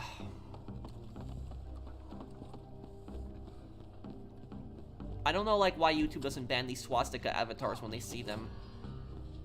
Bro, you could be the nicest person, and you will still... Oh, what? Kidnapping this... Okay, I'm getting accused of kidnapping here by this guy. You could be the nicest person, and you will still have haters. How? It's just the way things are. It just doesn't matter how nice you are, people will still hate you. If Pro has a million fans, I'm one of them. If he has 10 fans, I'm one of them. If he has 1 fan, I'm that fan. If he has no fans, well... Thank you for that, Mr. Waifu.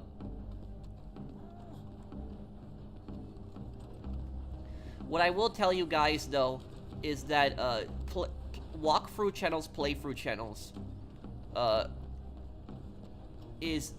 they are the hardest channels to grow on YouTube. Like, any kind of channel that does playthroughs is the hardest channel to grow, because there's so many people that do playthroughs out there already. And so, like, just trying to be that guy to, like, grow on, like, playthroughs is, like, really hard. That's why I dress up on my, playthroughs, because I wanted to do something different, something interactive, something to make my, my playthroughs, make my playthroughs more unique. But I think the problem is there are a lot of people online that they just don't want to give anything else a chance. Like, they don't want to look into anything, they don't want to give anything a chance. They just prefer seeing just one game and only one game, and if a YouTuber does any other game, they tend to get pissed off. So I think, like, the biggest problem that, like, a lot of YouTubers face is I think that, like, a lot of people just aren't willing to give other content a chance.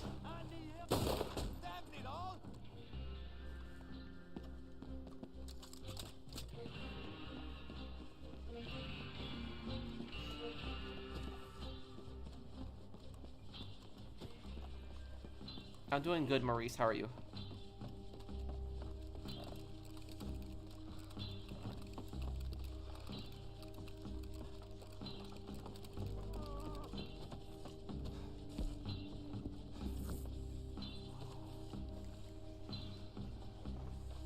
Yes, I do reward. What is that, Reezy? Like, oh, that's gonna be a new Black Ops game? I don't know. I guess we'll see what that's like. What do you think would have happened if Lincoln had lived? Reconstruction would have been a lot better. Maybe segregation wouldn't have happened. Why haven't you killed the target yet? Because we're running it down to the last minute, you get more money. Pro, what is the status gaming moment? Here's what I'll tell you is, at the end of the day, it's your channel, bro. Pro, you are entitled to what you want to cover. It's okay for people to open for suggestions, but not bash you for covering different content. Thank you, man. But I have only ever cried only one time.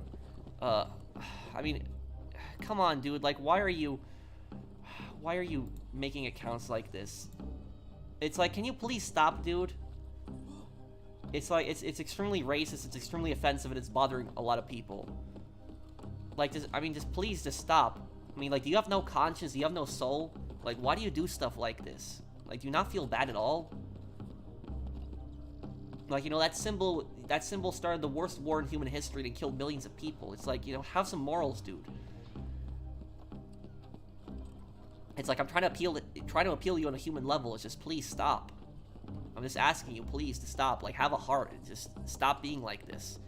I don't know, like, I don't know why people are like this. Maybe I'm making a mistake always trying to reason with people. But I always try to reason with people. It's just seeing if I can get people to stop. No, there's a guy who keeps coming in with a swastika avatar, and I keep banning him, but it's just...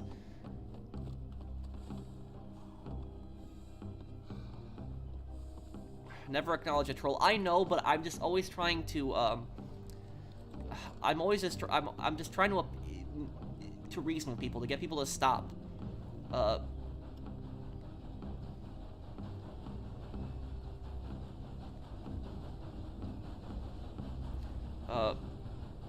I do hide it, Golden, but the problem is that I can't, and Golden, you were gonna tell me your PSN, right, too? I forgot to add you, I'm sorry. But, yeah, it's, do keep hiding them, but they keep making more accounts. Claude is worse than Tony.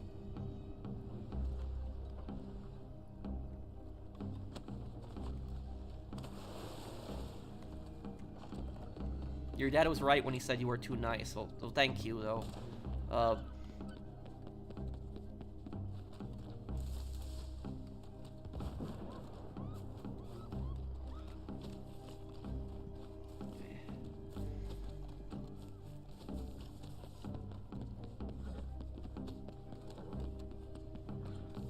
How is that NPC still alive? Seriously?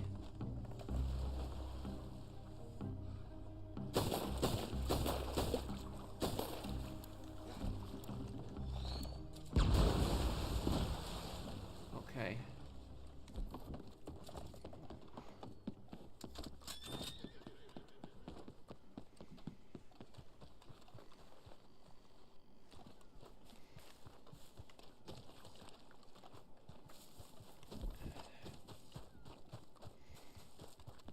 But, what I was trying to say earlier is there's only one time that I've ever cried in a video game.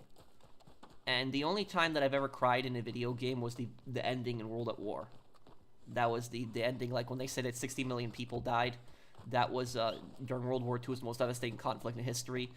That was the only time that I've ever really, I would say, cried in a video game ever.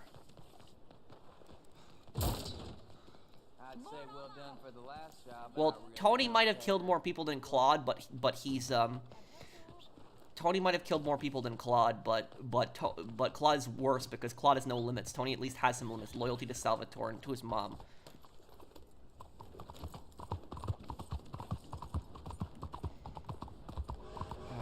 Let's go over my moonshine check.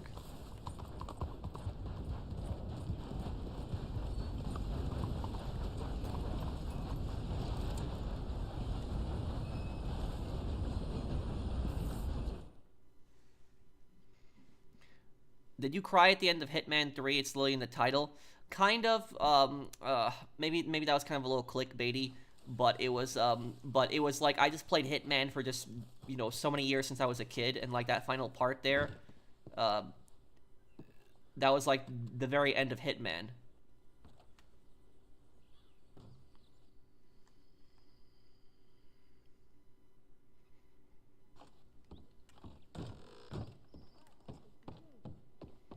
Comparing Claude and Tony is like comparing Dimitri with Tenpenny. I would agree with that. Saints Row reboot. Well, Saints Row reboot would probably make me cry, but because it was such a disaster.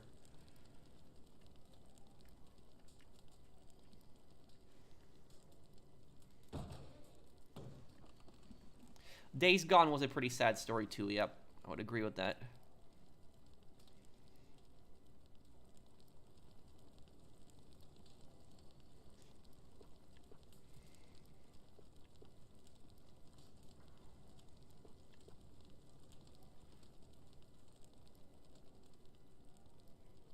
Why does Tony have limits? Well, because Tony is still loyal to Salvatore and loyal to his mom. He has no that's at least some limits. Claude is not loyal to anyone. That's why Claude's worse.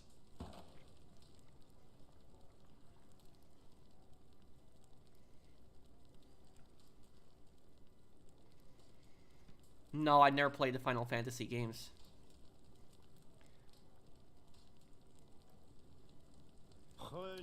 Would you rather spend a day with Taylor Swift or a Soviet woman who fought in the front line of World War II? I would much rather hang out with a World War II veteran than hang out with like some entitled celebrity. That's just what I'll say about that. I don't know much about Taylor Swift, so I don't know what kind of person that she is. But I will just say that, like, it's like the problem with this, the problem these days is that when I have never seen kids like this before, personally. Like, when I was a kid, when I was a teenager, we looked up to World War II veterans. This is before all the smartphones, all this other crap. We looked up to World War II veterans, and we saw them as our celebrities. We saw them as our big heroes. But, like, now these days, like, the kids these days, like, it's like, if you ask these kids, would they rather spend a day with, like, a World War II veteran who stormed the beaches of, like, Normandy and, like, helped liberate France from, like, Nazi occupation, or, you know, with some celebrity, they would probably choose a celebrity. So that's what I'll say about it. Is that these kids, the real celebrities for me are the World War II veterans. That's what I'll say about it.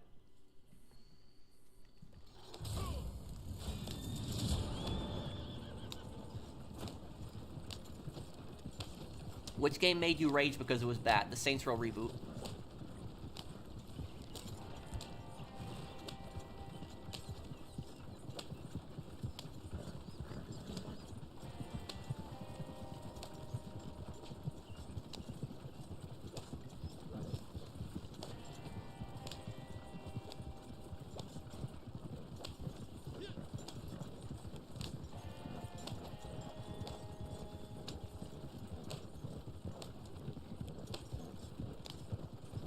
Come help my settlements, pro. Thank you, Preston.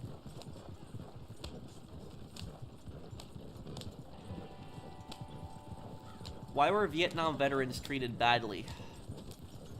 Well, 2 reasons. The first reason is the Vietnam veterans were really the first veterans of, like, a major war that the US did not win. And so think about how, like, World War I veterans were treated, World War II veterans. Think about how, like, Korean War veterans were treated. They came home as, like, heroes. They won a war. The Vietnam veterans didn't win the war. And the second reason is, the reason that Vietnam veterans were treated so badly was because of just all the toxic protesters out there. That's what I'll say about this. The toxic protesters who, like, spread all this false narrative that, like, every single American soldier was, like, some baby killer, murderer, monster, and some, like, evil colonizer, oppressor, and all this other stuff. And so because of that, businesses were pressured not to hire Vietnam veterans because of those protesters. And so that was you know, it's ironic, isn't it, that the same protesters who say love, peace, man, like those same type of people, the fact that they would destroy somebody's life and, like, you know, accuse somebody of being, like, a baby killer and just, like, you know, throw rocks at them and just spit at them, like the same people who are, you know, saying love, peace, man. It's like that's what I'll say about that, is that those protesters were such you know, toxic people. Now look, here's what I'll say about the didn't they commit the My Lai massacre? Yes, they did. The My Lai massacre is one of the worst, probably the worst massacre of the Vietnam War the U.S. committed. That's definitely true. I don't deny that the U.S. had committed atrocities during the Vietnam War. But the thing about that is the vast majority of American soldiers were not some, like, cold-blooded, you know, baby killer murderers. They were just, you know, regular people that had basically got drafted into the war. They had no choice. They had to go to the war. And back then, and here's the thing is, the reason that Americans hate college much more than Europeans, like, Europeans tend to have a more favorable view of college. Americans tend to be more skeptical and hate college. One of the reasons that Americans dislike college much more than Europeans is it actually has its roots in the Vietnam War.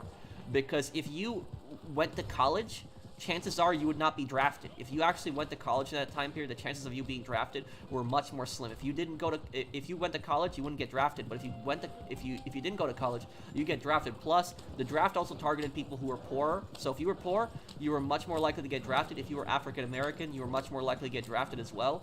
So there was this, like, it was not a fair draft, and it targeted people.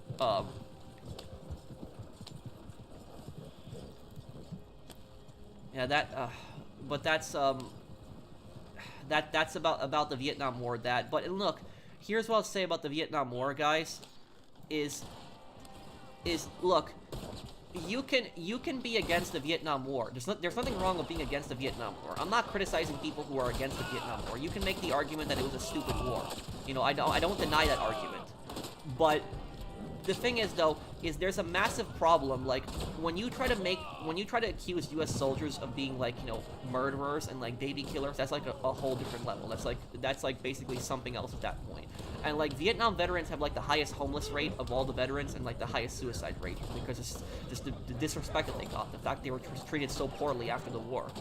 And here's what I'll tell you about the Vietnam War, too, is if you go on Wikipedia alone, and some people might say, oh, no, not Wikipedia. Wikipedia is actually a very reliable source. It's actually really good, and it's actually pretty accurate. And when they get something wrong, it's actually edited and fixed quickly. If you go on Wikipedia, there's an entire Wikipedia page that lists all the atrocities that the North Vietnamese had committed and the Viet Cong. And it's like from the 1960s all the way to the mid-70s. And it's like, and there's literally like dozens of massacres. There's like 100 different atrocities that they had committed. Like thousands of civilians had been murdered by the Viet Cong. And so the point that I'm getting at is that you can be against the Vietnam War, but if you think that the Viet Cong, if you think the Viet Cong were freedom fighters, if you think the Viet Cong were good people, you're an idiot. That's really what I'll say about that. The Viet Cong were a terrorist organization. That's what they were. You can be against the war, but if you think the Viet Cong were literally good people, they were freedom fighters, you're an idiot. That's really what I'll say about that. The Viet Cong were horrible people. They tortured people. They all those traps that you saw in the Vietnam War, the Viet Cong were responsible for that. The Viet Cong used children. They used children. They used children as soldiers. They would hide in civilian areas. They would bomb their own people. They would use their own people as shields. So literally, the Viet Cong were terrorists. That's really what I will say. It's like the definition of terrorism is like killing for a political motive, like killing for a political ideology, which is exactly what the Viet Cong did. So they're really horrible people. Just the torture, the brutality of them. They're just evil people. So I don't deny that the U.S. had done horrible things during the Vietnam War. As for the soldiers that were responsible for the My Lai massacre, personally, if it was up to me, they should have all been shot. All those American soldiers who did that massacre. The courts failed. Only one of the soldiers was convicted. It was just a massive failure in justice. But the point that I'm getting at is that it was not official U.S. policy to murder civilians. It wasn't like that. It was like you had rogue soldiers that were evil, that were bad people. Stuff like that did happen.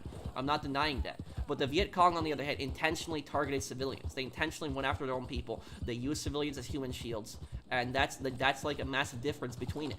And so the thing is, though, is I'll say is that a lot of people have been so swayed by the communist propaganda. The communist propaganda has just been so strong, and I will tell you that America did not just lose the Vietnam War, but they also lost the propaganda war. That's what I'll say about that. Because literally today's propaganda makes the Viet Cong look like they were freedom fighters, good people fighting for their country's independence, and the U.S. was like evil. The U.S. was like just like Nazi Germany. They were like evil colonizers coming in and just like trying to conquer and like mass murder everyone. That's basically what the propaganda is like today. It is literally just so far from the truth on that. That's what I'll say about that. So like and I don't want people to mix up my words. I know people are gonna put words in my mouth and they're gonna say, oh, you're saying the Vietnam War is a justified war. I never once said the Vietnam War is a justified war.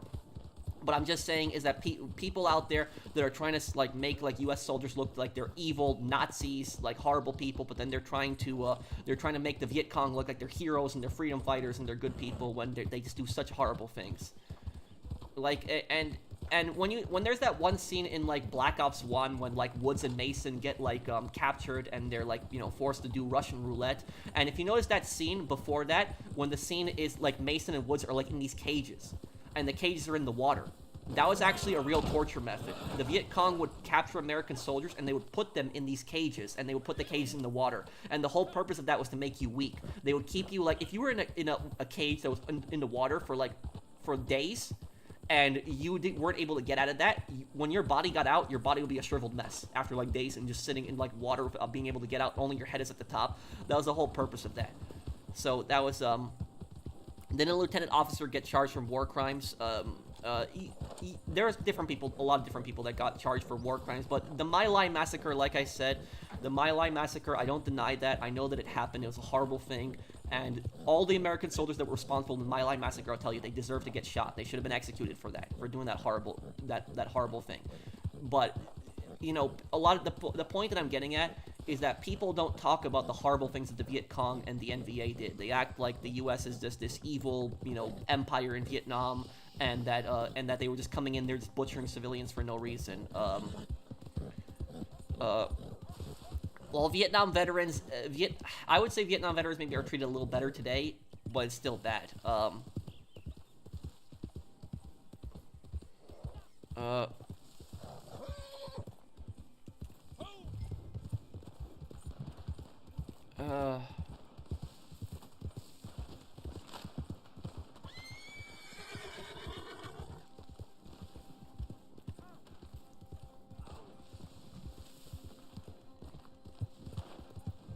The U.S. soldier, I forgot his name, saved a few villagers during the My Lai massacre. Yes, that is true.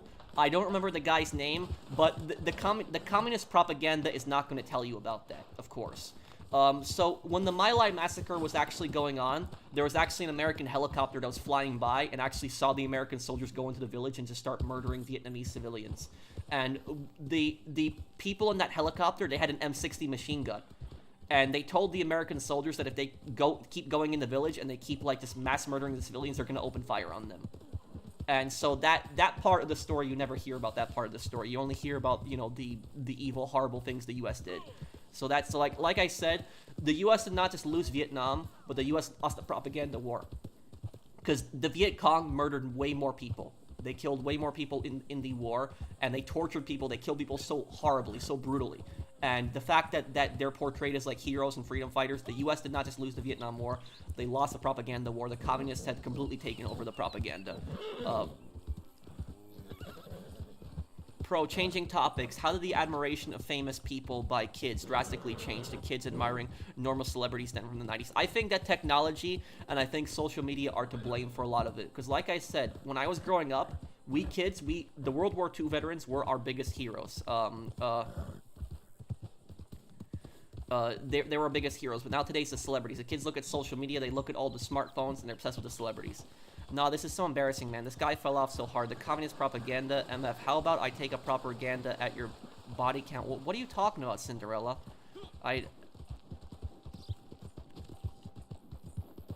There was a ton of communist propaganda that was after the Vietnam War, which basically tried to portray, like, every single American soldier was, like, this evil mass murderer, which just wasn't true. Almost done with The Last of Us 1 playthrough. One fantastic game. Thank you for the super chat. Thank you, Blinded Eagle. Not all celebrities are bad people. I never said all celebrities are bad people. What I said is when kids think that some actor is like more important than like or I shouldn't use the word more important, but that they've made more of a difference in the world than like a World War II veteran. That's like that at that point that's a problem, I would say, about it.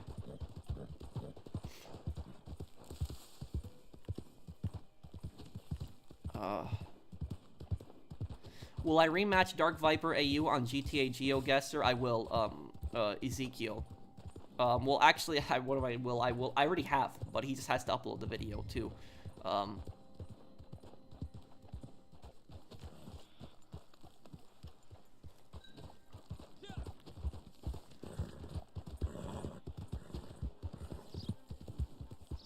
Hello, Professional. How are you? Greetings from Poland. Do you think there will be a Michael DLC in GTA Online? It's possible. We're only going to get 1 or 2 DLCs left before GTA Online is finished, but...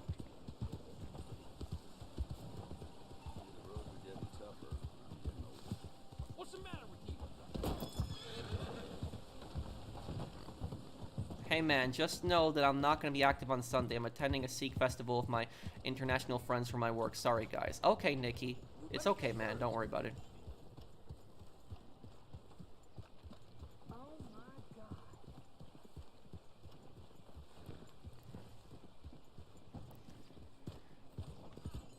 Of 35,000 refugees in the camp, the U.S. would transport 5,000 Vietnamese at a time. They were malnourished and needed medical care. You know what the really sad thing about that is that there was so many people in the end that the U.S. could not save. There was just so many people, like, because the thing is, though, when the communists were advancing on Saigon, which Saigon is not even called Saigon today, it's called Ho Chi Minh, named after the communist leader of North Vietnam. But when the communists were advancing towards Saigon, this is what, 1978, I think, is when this was. that the city was gonna fall, there was thousands of people just running to the American helicopters, just thousands of people just running to the American soldiers. They just wanted to be evacuated. And so that's not like, when you see like thousands of Vietnamese civilians just like running towards the Americans wanting to be evacuated, is that really telling you that like that all of the people there hated the US and hated the Americans? Not really. So a lot of the people in South Vietnam, they still call it Saigon today. They don't even call it Ho Chi Minh. So what people don't understand about the Vietnam War is that there was two countries. There was North Vietnam and South Vietnam. North Vietnam started the war by invading South Vietnam. Before that, there was a Vietnam was a colony of France. It was called French Indochina, and the Vietnamese had basically fought a war of independence against the French, and they won. And two countries ended up getting formed from that. It was North Vietnam and then South Vietnam. To be fair, though, South Vietnam was not a democracy, at least not at first. It was a Catholic dictatorship, but then afterwards it kind of became more of a democracy a little bit later on. But then it just got conquered by the communists. Has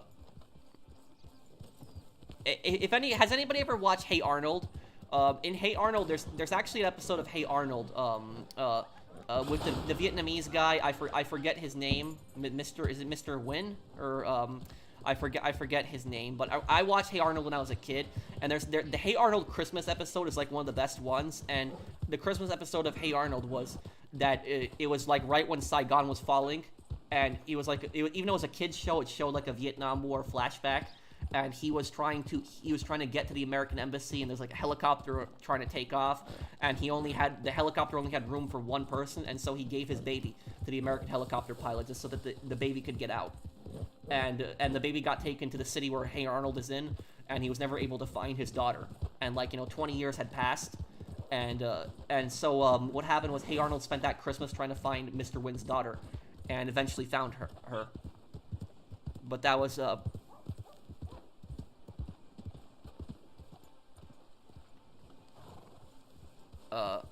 I didn't switch internet. My apartment complex switched the internets. Is my internet connection fine? It should still be the same speed, is it? Do you think that South Korea was a dictatorship at one point? Yes, it was. It definitely was. South Korea was a dictatorship at one point, but eventually it transitioned into a democracy. But yeah, I will say though that what was it? And this is another thing that people don't hear a lot of times also, because the anti-American propaganda when it comes to Vietnam is just so strong. But there was thousands of Vietnamese kids that were like born to American parents. Like an American soldier might have had like a child with like a Vietnamese woman. And what happened is a lot of these kids, either their parents, their father was killed in battle because their father was like an American soldier, or they just weren't evacuated, and they were left there. The kids of American soldiers were treated like second-class citizens. They were treated like absolute garbage.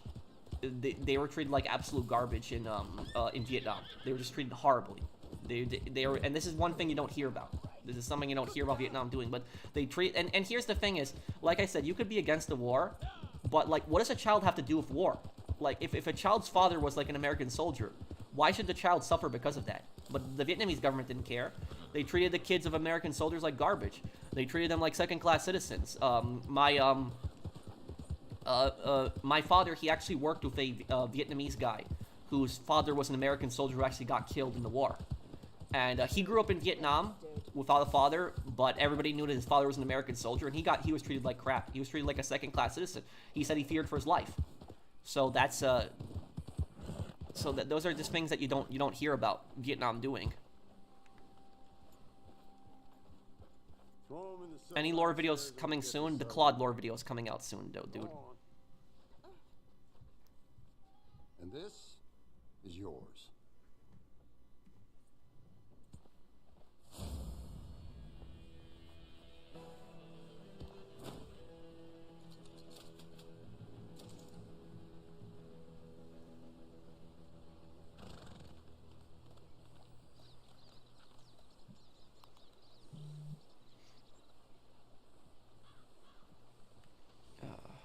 Okay.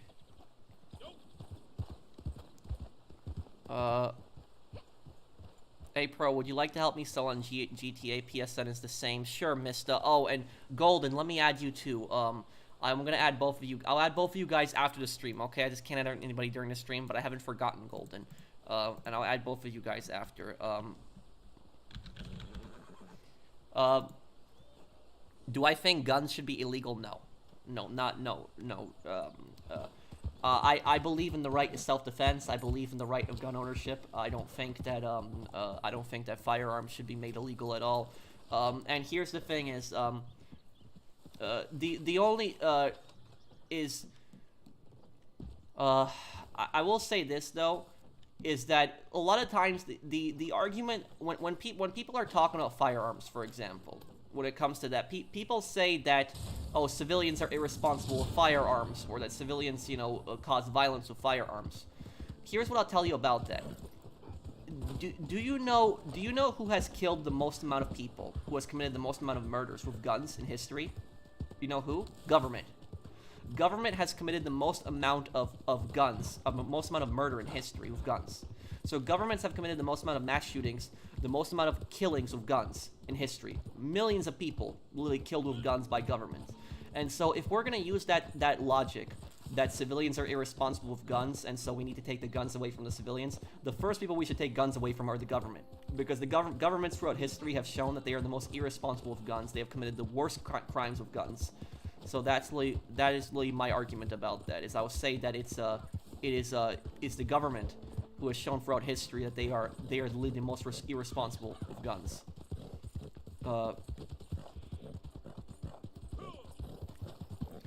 My zero about gun laws, make it more stricter, you mean? What do you mean, what about private companies?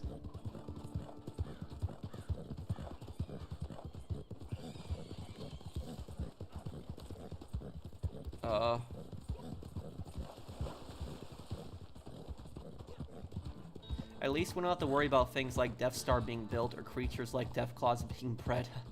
Thank you for the super chat, U20. Hey Pro, did you take out a mortgage on your rental, or did you pay all cash? If you did take out a mortgage, you just charge a high enough rent to profit less the mortgage payment, yeah? I didn't take out a mortgage on it. I had used pretty much most of my savings on the where I live in the Midwest. Property is much more, is like 1/4 of what property costs in New York, so it's just much more affordable to get. Have I seen Full Metal Jacket? A long time ago I did. Thank you, Red.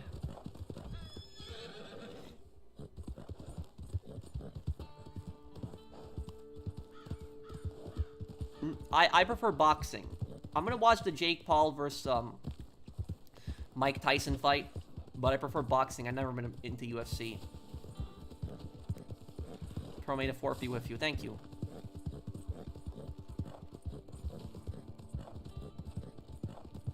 No, it's the rent is staying the same, Star Nation.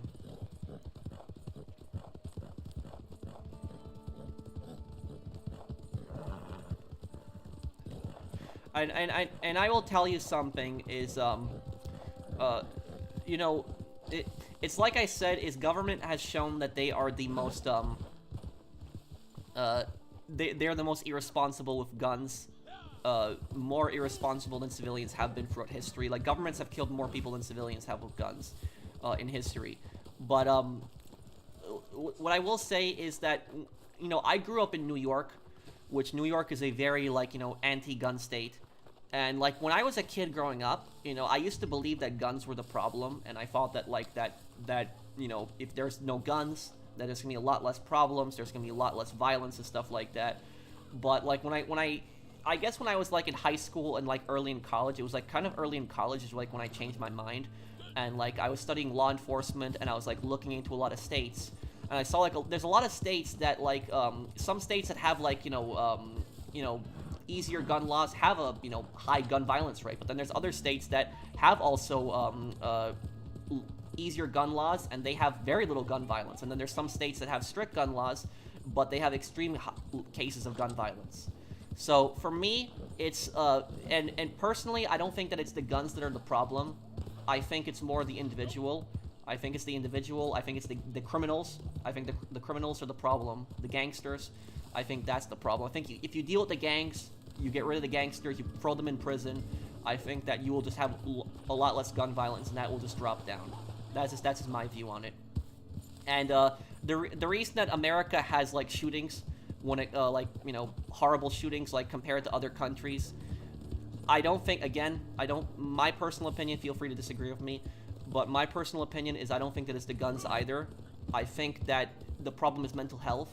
And for people that tell me, oh, well, there's, you know, people that have mental health problems in other countries, but there aren't shootings. Well, if you look at a country like Switzerland, for example, you know, Switzerland, I wouldn't say they have a little bit stricter gun laws than some of the more pro-gun states in the U.S., but they still have relatively relaxed gun laws.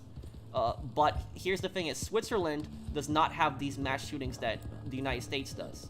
But do you know why Switzerland doesn't have those mass shootings the United States does? Is because Switzerland has a much better healthcare system than America. Switzerland has higher living standards than America. People are not as depressed in Switzerland, so people are just happier in general. A lot of these, you know, people that have mental problems, they have suffered from cases of depression also. So Switzerland has better mental health.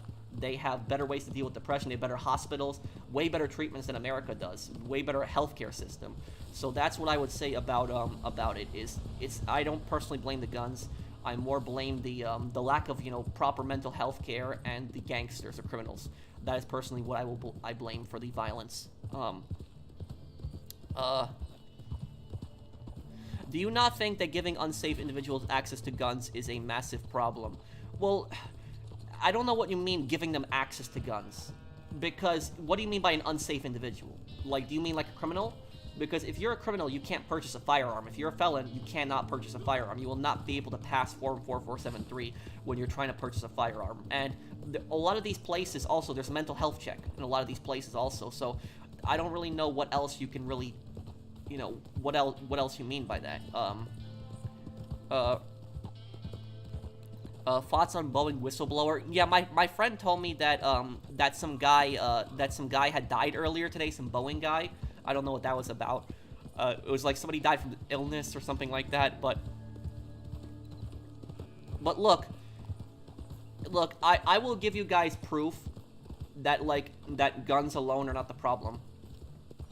The town that I live in, I'm just gonna say this, I live in a town that's in the upper Midwest. The town that I live in, it's over 100,000 people that live here.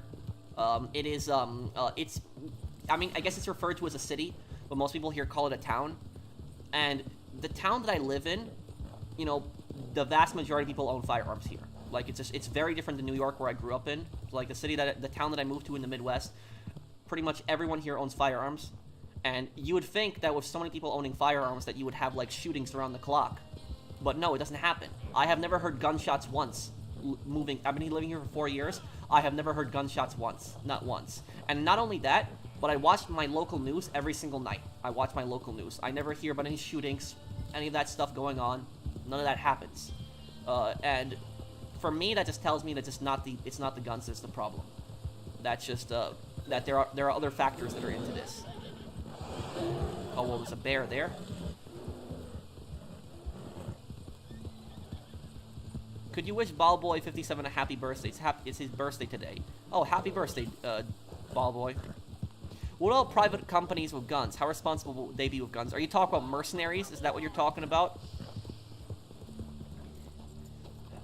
Mercenaries can be responsible or irresponsible. It really depends. If you're talking about the Wagner group that's in Russia, or you're talking about Blackwater that's in America, Blackwater and Wagner are both evil groups. They're both bad groups. They're like the biggest American, you know, private military contractor and the biggest Russian military contractor. Both of them are bad, and both of them, you know, done horrible atrocities. However, though, there are some mercenaries that are good people that aren't like that aren't part of these like major factions. Like the mercenaries that are good guys typically are like the people that like work on ships. Like, there are mercenaries that, like, work on ships, where they get paid, like, over $100,000 a year, and they, like, carry a rifle, and they protect cargo ships from pirates. You know, those are the mercenaries that aren't causing problems. They're not invading countries. They're not, like, you know, doing stuff like Wagner or Blackwater. They're just, you know, protecting cargo ships from pirates. So, like, you know, those guys aren't necessarily bad. But, like, the Blackwater and the Wagner group, those guys are both evil groups. Those guys are both bad guys. World peace is basically impossible. There's always going to be evil people out there, so banning guns is pointless. Yeah. I mean, I would say that, thank you, Bunny. And I'm not gonna get into the politics of that JM58, but thank you for the super chat. I just stay away from the current events. But yeah, so look, what I was getting at earlier is that, like, the vast majority of people, like, own firearms here, and not only do they own firearms, but I've seen people carry firearms. Like, I've seen people do that. Like, you know, my neighbor, because I live in an apartment building, my neighbor that, like, lives a couple rooms down from me, like, a couple units down from me, do you know what he does? When he goes to get his mail, he has an M14 on his back. You know, that's legal to do. You know, people can open carry here. You know, that's perfect. You know, that's legal. I would not recommend it. I wouldn't recommend open carrying because I think it's kind of, you know, I think it's kind of dumb. But I don't think it should be illegal. I still think that it's, you know, it's a right. And I think that it's, but the point that I'm getting at is that people here routinely carry guns. And, like, I've walked into restaurants, I see people, like, open carrying, like, there's a handgun on their, you know, holster. You know, I've seen it at gas stations, too. I've seen, you know, gas station attendants with, like, a, you know, a holster. And, like, I don't get scared. We don't have shootings here. It doesn't happen. When I watch the local news in my town, I never hear about any shootings, like, every single day. And the few times that I do hear about a shooting here, it's usually when there's, like, any kind of shooting here, it's, like, one of two things. It's like, one, it's like somebody was being stupid and it was like an accidental shooting. It was like maybe somebody shot themselves in like the leg in their car. Like that happens from time to time. Or like the second one is that like somebody was trying to rob a store and the guy in the store shot him. That's like the only two times I hear about any kind of, you know, shootings. Other than that, there's really, there's no gun violence like in my town. It's relatively safe. And so, you know, that when people say that like all the places that are really like, you know, restrictive of guns are like the most safest, not necessarily true. I guess it depends on the area, it depends on the laws, and it depends on how the town is run. In the UK, you're not allowed to own a firearms, but there is a lot of knife crime instead. I'm aware of that, yeah.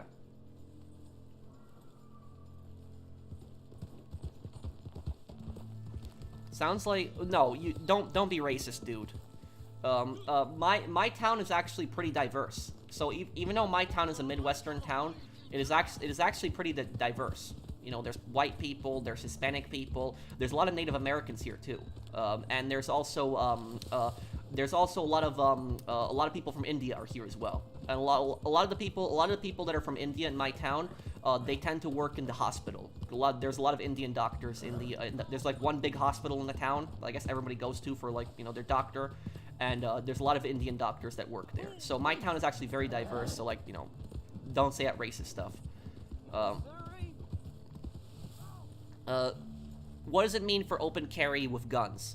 What about Africans? I have seen a few people from Ethiopia. There is an Ethiopian restaurant in my town. There is that.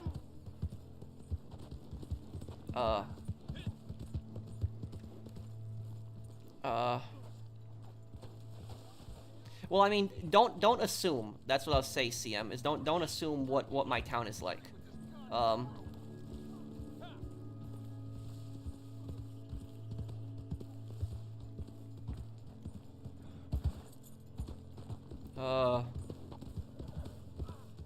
What does it mean for open carrying, what does it mean for open carrying guns? Open carrying basically means that you see the gun.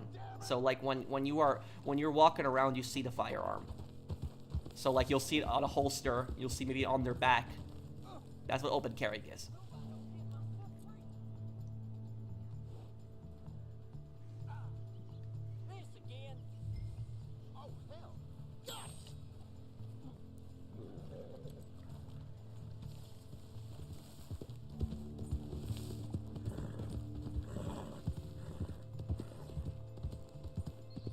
There's a lot of people from Poland in my town in England, professional. Thank you, Warwick.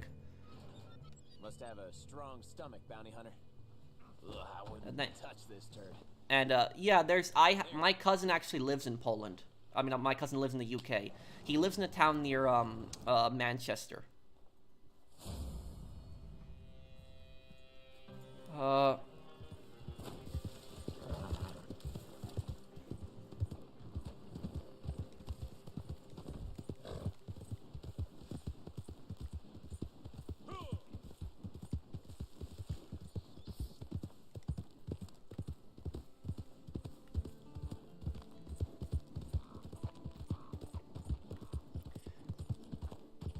It's funny how the cities with the strictest gun control laws tend to have the most gun violence. I wonder why those laws aren't working. Well, you know what I'll tell you is, Chicago, for example, is like a perfect example of that. Is like Chicago is some of the strictest gun laws in America, but yet it has the highest gun violence rate.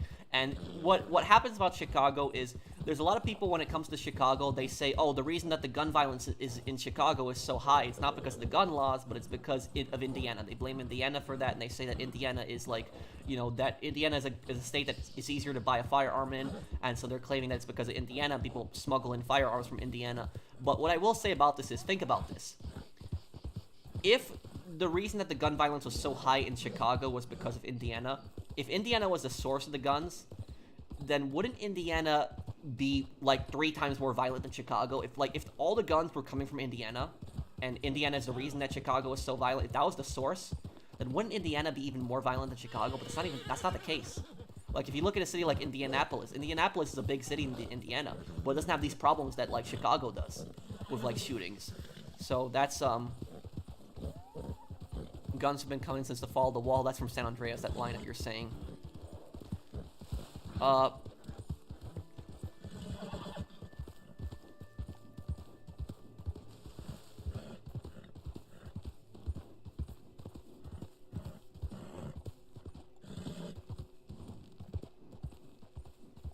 And also the, I'll do another bounty mission here. What I will say is also, don't listen to the people who try to, like, link crime to race, because crime really has nothing to do with race. It's that when people are in poverty, when people are poor, they're just more likely to commit crimes. I'm not saying every poor person is going to commit a crime, but just when people are in poverty, they're just more likely to commit crimes because they're desperate. If you help fight poverty, if you help get rid of poverty, then you are going to help eliminate a lot of crime. But what I will say is that the media has a very nasty habit of focusing on gang crime in the cities, but it doesn't focus on, white crime, I would say, in, like, the countryside. Because what the media tends to do is the media will, like, focus on, like, black gangs in, like, Chicago, for example. And what they will do is the media, when the media shows, like, the black gangs in Chicago, there will be people out there that will say, try to make, like, racist comments, and they'll try to, like, link race to crime. But here's the reality of it, is in my state, for example, where I live, my state in the Midwest, we have gangs, too. We don't have any gangs in my town where I live. But the gangs here are not black. All of the gangs here are white. The vast majority of the gangs are white. And do you know the gangs that we have? We have 2 gangs that's a massive problem. We have biker gangs. The biker gangs are out in the countryside. And then the other gangs are the meth gangs, the trailer park gangs. So, like, the people that make meth, a lot of those gangs are primarily white. And so those guys cause a decent amount of violence in the countryside. But you don't really hear that much violence about it. Is that black crime tends to happen higher on average in cities, but white crime tends to happen on average in rural communities higher. So white crime is higher in rural communities, black crime is a little bit higher in cities. So, like, when you hear people, like, trying to, they're trying to, like, base, like, crime, they're trying to base crime on race. Crime has really nothing to do with race. It's like, don't listen to that. Because the vast majority of white crime that is going on happens in the countryside. It happens in rural places. Like, one of the most violent states in America is actually Alaska. You would think that Alaska is not that violent of a state, but Alaska has actually a very high violent crime rate. There's actually a lot of dangerous, like, primarily white gangs that's actually in the countryside in Alaska. But the reason that violent crime is so high in Alaska is for 2 reasons. There's 2 reasons for that. The first reason is that Alaska does not have that high income, so there tends to be more poverty in Alaska than a lot of other states. And the second reason for that is that Alaska has longer nights than any other state. When it's nighttime, the chances of being the victim of a crime are like 3 times higher. So the longer nights in Alaska contribute to the violence that happens in Alaska. Yeah, and honestly, like, people need to stop talking about the race stuff when it comes to crime. Just focus on how to fix crime. Just stop trying to target on the race, because when you keep talking about the race and you target races, what you're pretty much doing is, oh, what's my horse doing? What you're doing is you're dividing people. When like crime, literally, criminals attack anybody. They don't care what race somebody is. Criminals will attack everybody, white, black, Asian. It doesn't matter. And so we should be coming together to try to figure out basically how to deal with crime and how to end it. Not like just basically not trying to associate race with crime. I just personally think that that's always stupid. I'm gonna spawn my horse. I can't ride his horse anymore.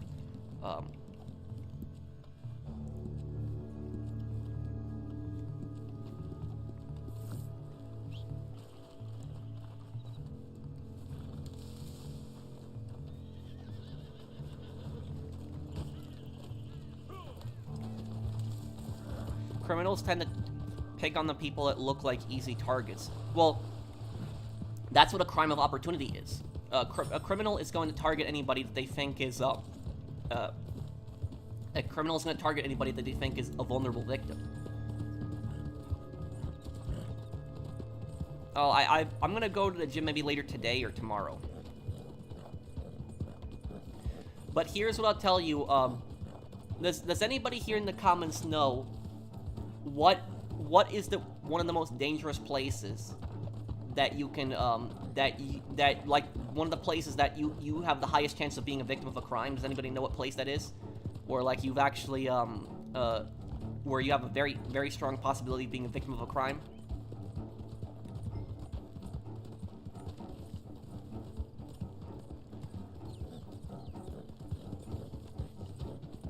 Mr. Juck got it right there. Mr. Juck and David got it. It is a no, it's not an alley. A lot of people think that like a dark alley is like the most dangerous place for you, that you're gonna get jumped in a dark alley. But just think about it this way: dark alleys are what you see in movies. When you see people getting jumped in movies, they go in dark alleys. But just think about it this way: who goes into dark alleys in real life? Like, you see it in movies, but like, is anybody here gonna go into a dark alley? I'm not gonna go into a dark alley. Like, who's gonna go into some alley in the middle of the night? Not me. Like, the vast majority of people are not gonna go in dark alleys. That's just something that you see in movies. The place where you are actually the most likely to be the victim of a crime, where movies actually don't show you this, is a store parking lot. That is the place where you are the most likely to be victim of a crime. And at night, it's like even higher of a risk. So basically, when you park your car and you go into a store like Walmart and you go and do your groceries, and then when you finish your groceries and you are basically just loading all your groceries into a car, that is the time when you are the most likely to be victim of a crime. Like when you open your trunk and you're just putting your groceries in your car, that's when you're the most likely to get jumped at that point. That's not something that you really see in the movies. In movies, you see it where people get jumped into some like dark alley, but that is the place where you're the most likely to be victim of. That place specifically.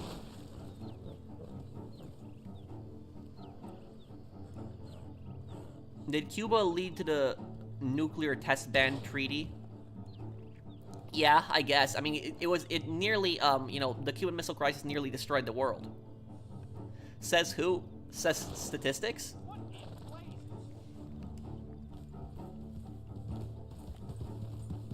That is, and I will tell you something, is, do you know what the biggest problem that people have? The biggest problem that people have is they feel safe. There's a difference between feeling safe and being safe. And just because you feel safe doesn't mean that you are safe. There's a lot of people that think, oh, I live in a good neighborhood, I can never get jumped, it can never happen to me. It can always happen to you.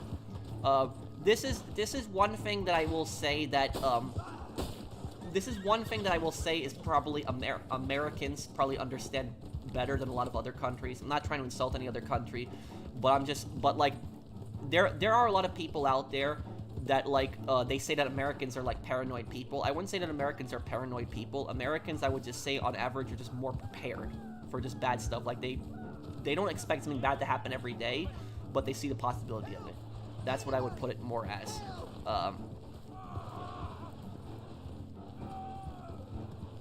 So even if you live in a nice neighborhood, you can still get jumped. You can still very much be the victim of a crime. It can happen.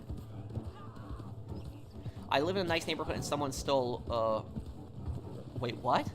But Feeling safe can make you vulnerable, yes. And what I will say to you guys is, please, don't go to a parking lot at night when you have to buy something from the store. Like, don't go to a store at night if you have to buy something. If it can wait until daytime, because the chances of you getting jumped in daytime in a parking lot are much less. At night, it's just much higher. But and sometimes I'm a hypocrite myself, because sometimes I go to the store running to get something late at night. But what I will say is, if you absolutely have to go to the store at night, park as close as possible to the door. As close as possible to the door, because doors have cameras. Criminals see that. If you park right next to the door, there's a lot less likely chance of them doing something to you. So that's what I say, is don't park in the middle of the parking lot like that. That's a place where it's something bad can possibly happen.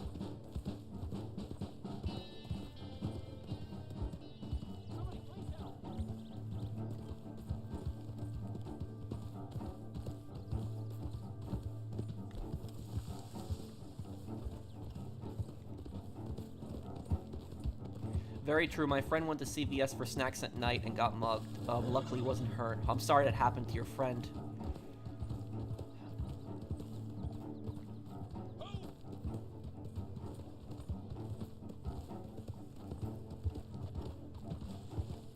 Well, my point earlier was there are people out there that try to create this false narrative. They try to like link race to crime when there's really no proof. There's really no proof of that like some races commit that have a higher chance of committing crimes. There's not really proof of that, because it's like I said, is that while black gangsters might have a higher chance of committing crimes in the city, if you go into a rural community, you are much more likely to be the victim of a crime by a white gangster. So it's both races have just as much equal opportunity to be a criminal. So, like, don't listen to those people.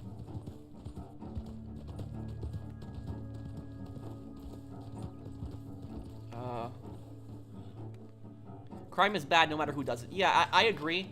And I just personally can't stand it when people start like talking about like I hate it when like people start talking about like black people committing crimes. Like I personally really hate when people do that, and like they don't mention like white crimes in rural communities, because like here it's like in my state where I live, we don't have those gangs that like Chicago does, but we have criminals. It happens. My town is relatively safe, but like in the rural communities, you'll have like white outlaw bikers and like white trailer park gangsters that'll be like committing crimes and like attacking people. And so like this is stuff that you don't really hear about much in the media. So I just personally like I hate it when I hear people like saying like people saying this racist stuff that like black people are committing all these crimes. I hate when people say that. So that's like, it's like you shouldn't be looking at crime based on like race. You should just be looking at crime. Crime affects everyone. Like, gangsters don't care what race you are. Like, they don't care if you're white, black. They're gonna attack you. They're gonna rob you. They're gonna kill you. They don't care. And so we should be working together. We should be dividing each other. We should be working together and trying to figure out how to deal with it and stop these people. Not saying, oh, this race commits more crimes, and like it's no.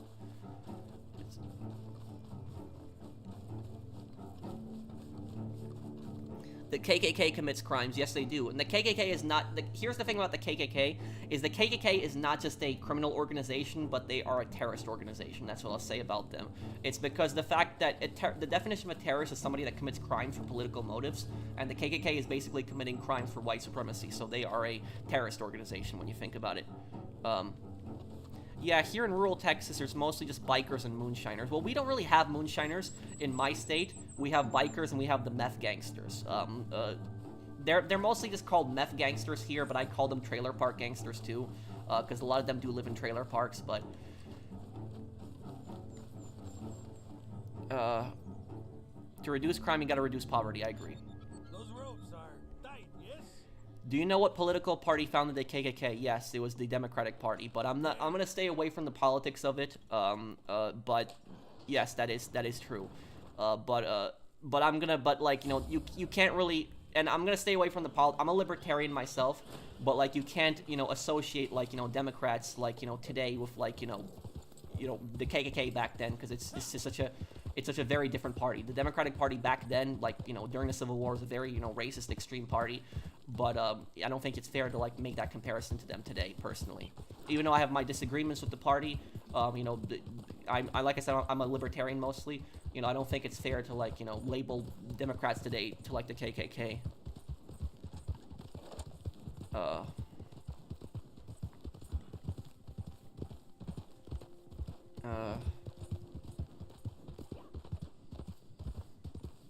I feel like Scandinavia best deals with criminals.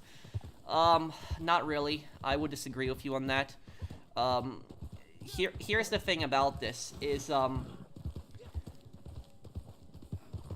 people try to blame the Republicans for the KKK, which is stupid. Yeah, I would agree with you, that is stupid, Mario, too. But, here's what I'll tell you about it, is that the reason that crime is so low in Scandinavian countries, oh, hey, Chaz.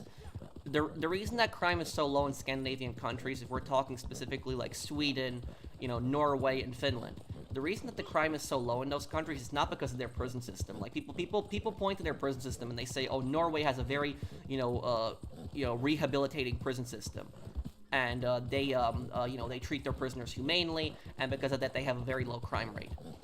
Here's what I'll tell you about this, is, those prisons in Norway are, like, nicer than some apartments that Americans have.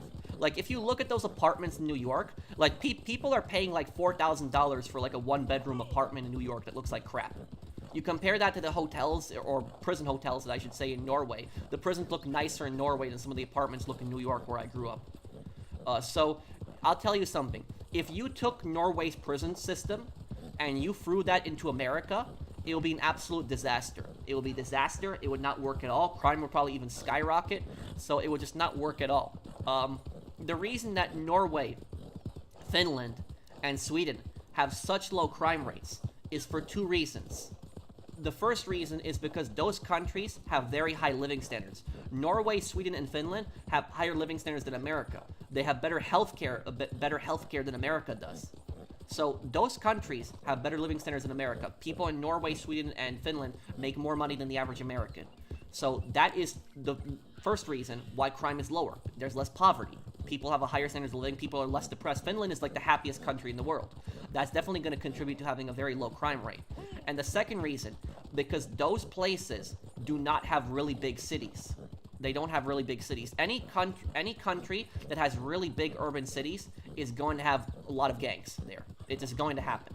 You think about it, like Los Angeles, Chicago, New York, any place that is going to have that, like big cities like that, is going to have, like, you know, violence. There, like I said, there is also violence that happens in the rural communities, but when you're going to have, like, really big, tons of really big cities out there, the violence is just also going to multiply. That's just what I'll say about that.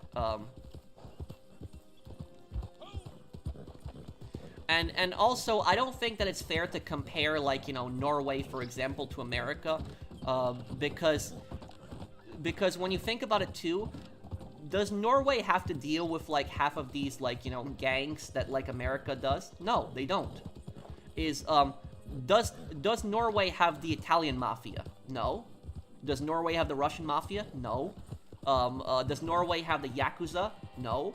Does Norway have the triads? No. Does Norway have, like, outlaw bikers? Maybe they have some outlaw bikers. That's a little bit prevalent in Scandinavian countries, but does Norway have, like, you know, trailer park gangsters cooking meth, like in America? No. Does Norway have MS-13? No. You know, does Norway have, like, the Bloods and the Crips? No. So, like, you know, I could just keep going on the list. And, like, and all these gangs that I'm naming, these are different nationalities, from, like, Asian gangs, Yakuza, and the, triads, white gangs, Russian mafia, Italian mafia, bikers, trailer park gangsters, you know, Hispanic gangs, MS-13, the cartels. So, like, you have all of these different gangs, and, like, is that Norway does not have all of those gangs there. America does have a lot of those gangs. So that's what I say is there is just so many different gangs of so many different races. So when people try to say, like, oh, you know, they try to blame, like, black people for all the crimes, it's just not true. There's just so many different gangs that are just so many different races and nationalities. But just don't listen to the people who try to, like, blame the vast majority of the crime on black people. Just not true.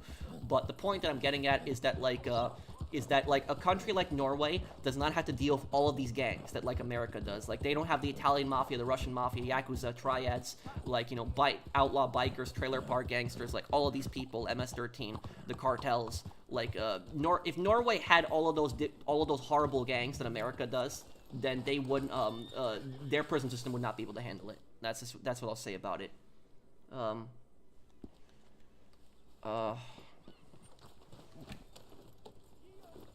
There was a terrorist attack in Norway back in 2011, which killed over 70 people, mainly children, on an island. That's the name of the guy. Oh, Denmark. I'm sorry. The name of the guy was Anders Breivik.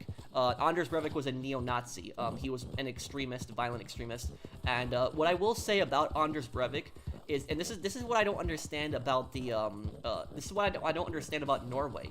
Why doesn't Norway just kill him? Why don't they execute him? Like, the guy murdered 70 people, and he's sitting in his cell, he's laughing about it. The guy has no empathy, he's a psychopath.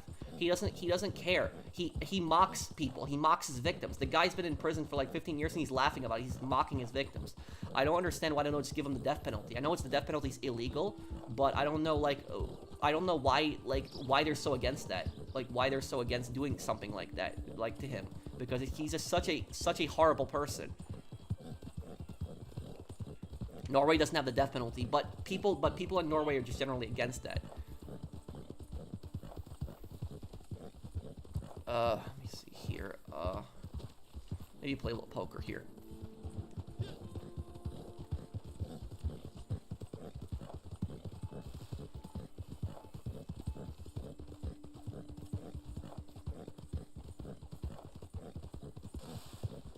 He's a psychopath. Like I said, he has no empathy.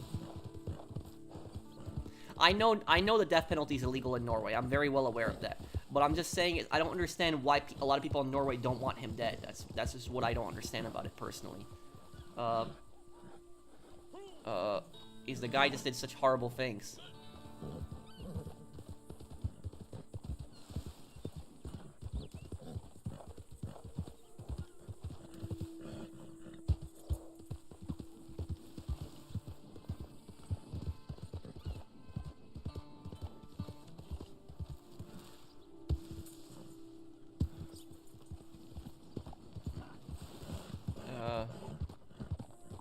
You made some really good points about crime, bro. Thank you.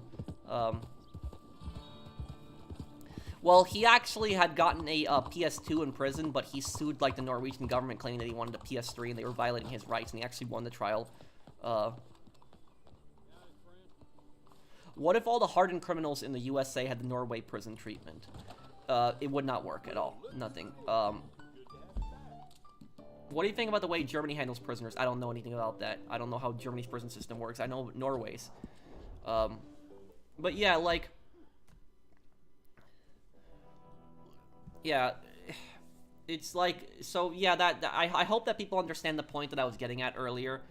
Is like, you know, don't listen to the people who try to blame black people for all the crimes, because, you know, I can name so many different criminal organizations that are not black. Yakuza, Triads, Italian Mafia, Russian Mafia...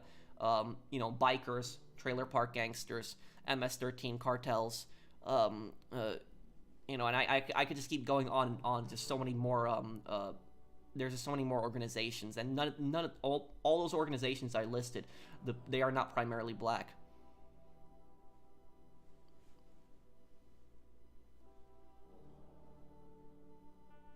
Oh wait, what's up, Wasabi guy?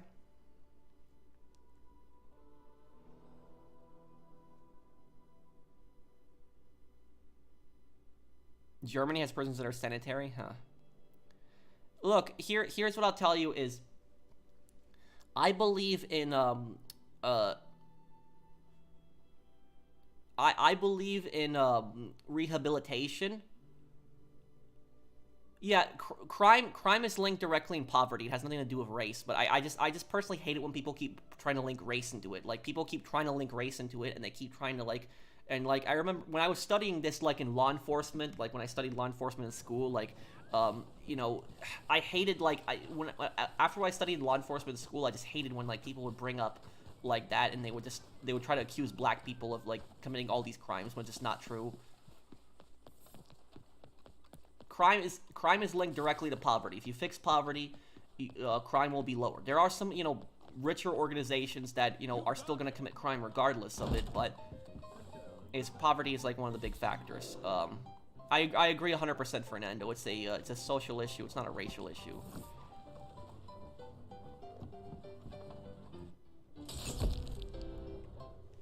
The unfortunate thing I'll tell you is that people develop these negative stereotypes, especially from the media, because it's remember what I said. Remember what I said, guys, is that the media, what they do is the media focuses on all the black crime that is happening in cities, like a city like Chicago, for example, where you have like black gangs that are fighting each other, and the media will focus on that. And what will happen is people will think that like black people are like committing the vast majority of crimes, but no, I would say each race is pretty much just as equally likely to commit crimes, because in my state, where I live, we don't have that much crime in the state, but we do have gangs that cause problems, and these gangs are primarily white. We have trailer park gangsters who cook meth, and then we have outlaw biker gangs. And so, if you in cities, in big urban cities, black gangsters are more likely to commit crimes in big urban cities, but in rural communities, white people are more likely to commit crimes. White gangsters are more likely to commit crimes there.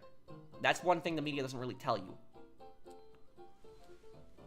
And I would say it's the same thing with the scams too, because like people, for example, they think that people think that the vast majority of scammers are Indians. People think that too. And that's not true either. There's so many different scams. When it comes to like the gift card scam, like people trying to get gift cards and like the Google Play cards and stuff like that, a lot of those scammers are Indians. That is true. But there's other scams where other groups of people are more likely to commit that. So there's scams just all over the place. Just like, for example, I'll give you guys an example. There's this neighborhood in New York, in Brooklyn, called Greenpoint. Greenpoint is a Polish neighborhood. And about Greenpoint is there was these people in Greenpoint, and they were Polish speakers. They were looking up elderly Polish people, like old Polish people, because Greenpoint is primarily a Polish neighborhood. And what these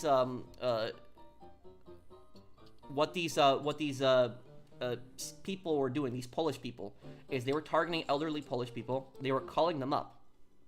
And when they were calling them up, they would tell them that your grandson or your granddaughter is in jail, and you gotta go to the store and buy gift cards. And they would tell them, we're a Polish translator with the police, and you gotta go to the store and buy gift cards. And this was the exact same scam that Indian scammers did. But this was actually a Polish call center that was doing this, and they were targeting elderly Polish people. So that's what I'll say is there might be certain scams that are more common in certain countries, but every single country has its own scam that I would say is more common in that country.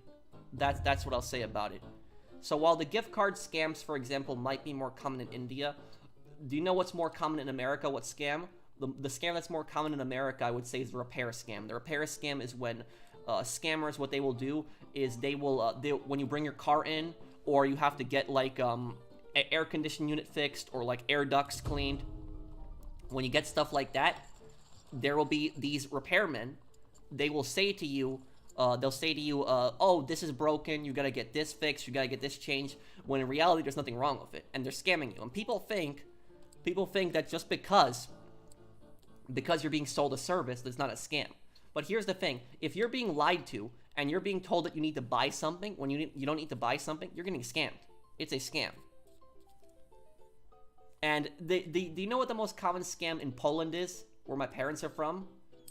The most common scam in Poland, and this is not a scam that really happens in India, but it happens in Poland very commonly, is insurance fraud. Insurance fraud in Poland is like sort of control, where people in Poland will like jump right in front of you when you're driving, and you'll tap them, and then they'll basically say to you is, give me like, 3,000 zloty, which is the Polish money, or I'm going to, report this to the police. That is a very common scam that happens in Poland. It's out of control. And a lot of people, they think that people in Russia, Ukraine, Belarus, Poland, they think they're bad drivers, because when you go on YouTube, there's all these different videos on like really bad car crashes happening in Poland, Russia, Ukraine, Belarus. But the reality of it is, the vast majority of people in those countries actually have dash cams on their cars, because there's just so much insurance fraud, and it's to stop the insurance fraud from happening. That's the primary reason. Was history your favorite subject growing up? Yes, it was, Maurice.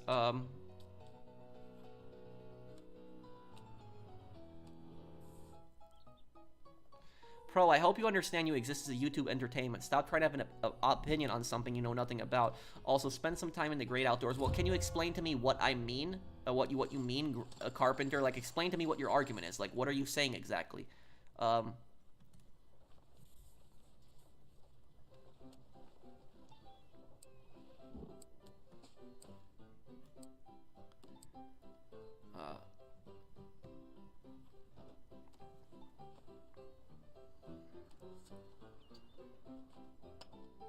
Like, if you don't agree with me, then like say something. Like, if somebody doesn't agree with what I'm saying, then just tell me and we can have like a discussion. Like, that's just it. I won't ban you or anything.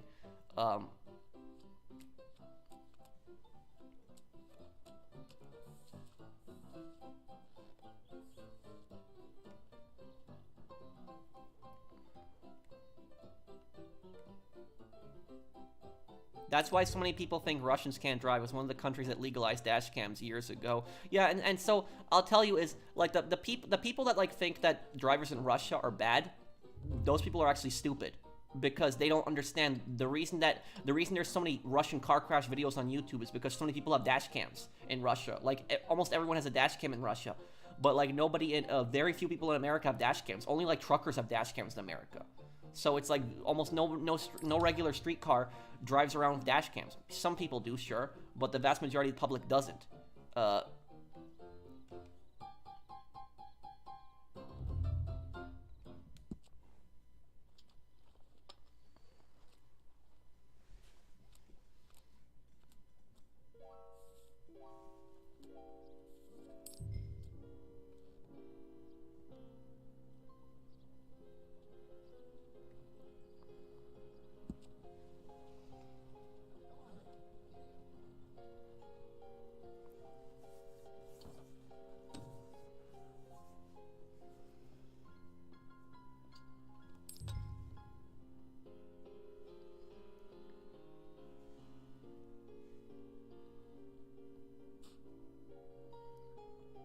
6 and 9 gonna fold here.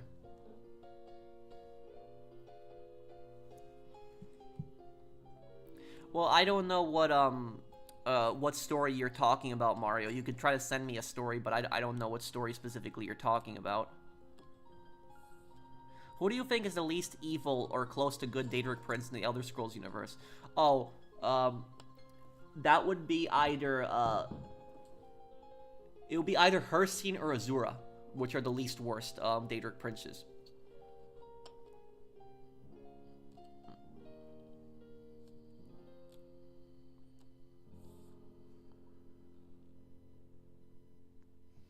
Hey, today was a great stream. Keep them coming, and you will reach the top. Thank you, Maurice. Well, Carpenter, are you still here, man? You gonna tell me what I was wrong on? But, wasn't there a scammer that framed a delivery woman, and the man that was scammed shot her instead of giving her a reason to explain? That scam was from Canada. How could that person sleep at night?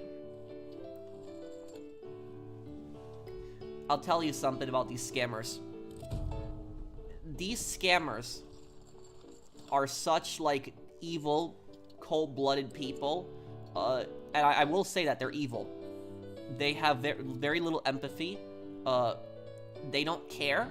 If you get scammed, if you lose your money, they don't care. How these scammers justify it to themselves is it's basically them thinking that the person is stupid and they fell for it and so they deserve it.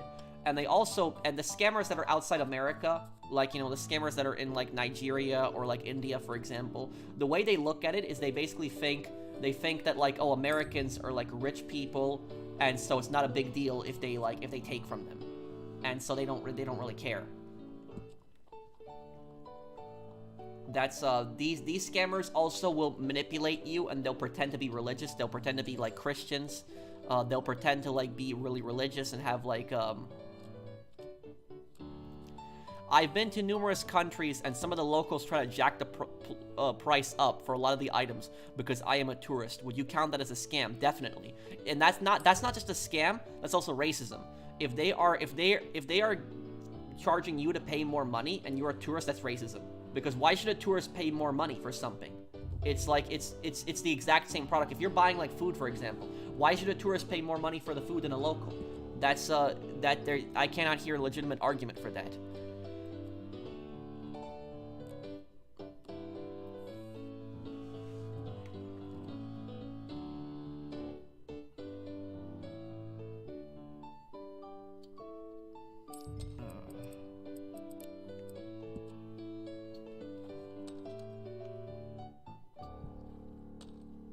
Why do you think General Custer was an idiot? Because he didn't listen.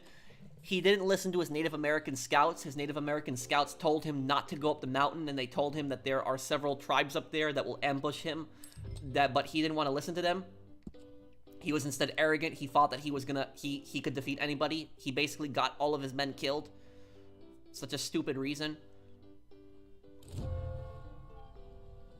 I think he might have been Assassin Wolf.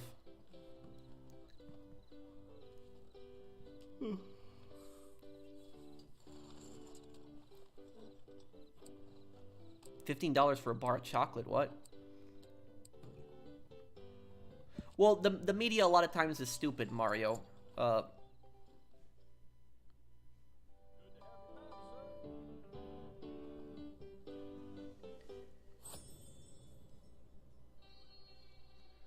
got Fallout New Vegas and I managed to get 100 barter repair and speech skills. Also, what Hey Arnold character is more likely to survive the wasteland? Oh. Huh, that's a weird one at the end there, but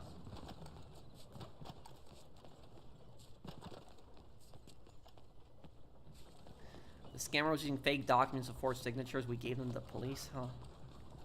And also about that story with the scammer with the guy who shot the woman, it was just a it was a horrible situation. It was called the grandparent scam.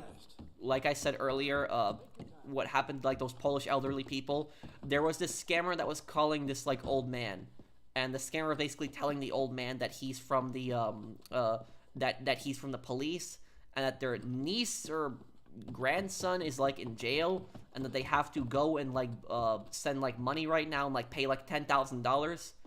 And the old man eventually started saying no, and then the scammer started saying on the phone that they were gonna kill them, kill his family, kill his like niece, kill his grandchildren, and they told the old man to like leave like a box of cash at the front door. The scammer, what the scammer did was the scammer placed an Uber order and told somebody to you know, go and pick up the package at like $10,000. The Uber driver was innocent in this. The Uber driver had no idea what this was about. They were just doing what the app told them to do. They were just doing a job from Uber, and they went to pick up the package. The old man gets really angry and comes outside with his revolver, and the woman was trying to get back in her car to leave, and the old man shot and killed her. And this story, and the police were able to trace the phone to a burner phone in Canada, but they weren't able to trace more than that.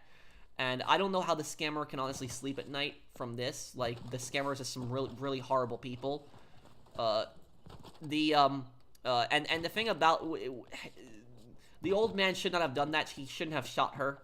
It's like, but you, at the same time as he was really angry. I'm not defending the old man, by the way. I don't want people to put words in my mouth. But the old man was just getting death threats from the scammer, and so he thought the woman was involved in the scam.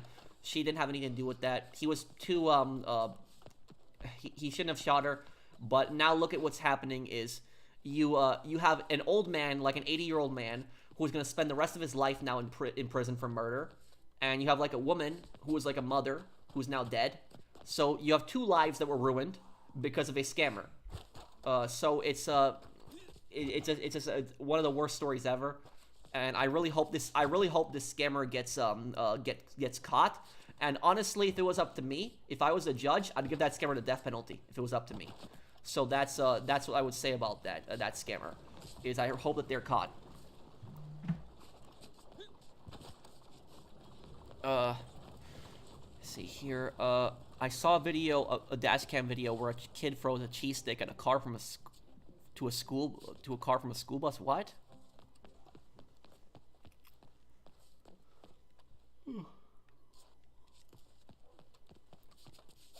parcel delivery fraud. That's a common scam in the UK. What is this scam?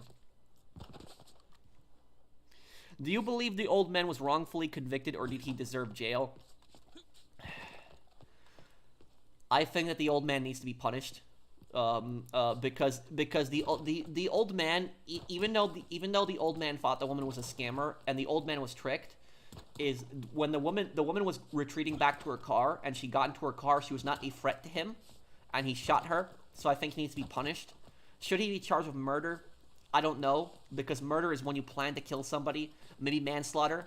But I definitely think he probably should be punished. But it's just and he's not gonna live long. He's 81 years old, so it's just a bad situation too. It's.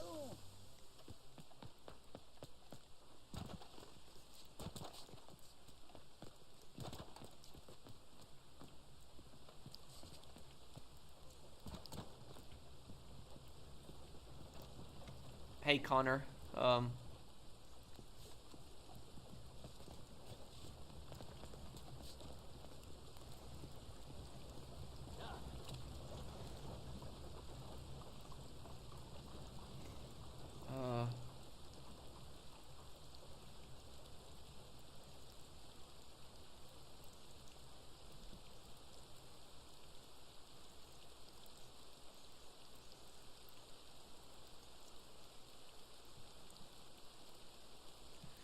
Yeah, he did lose control.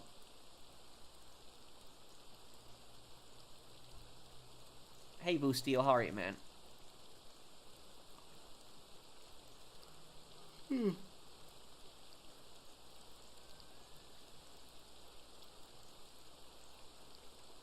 No, Connor.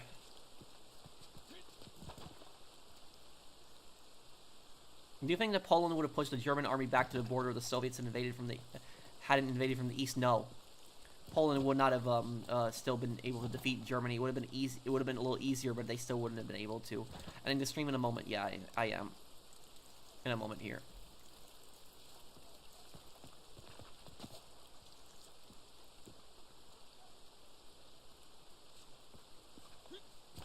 Scammers in reality are cowards behind a keyboard and a phone, yeah.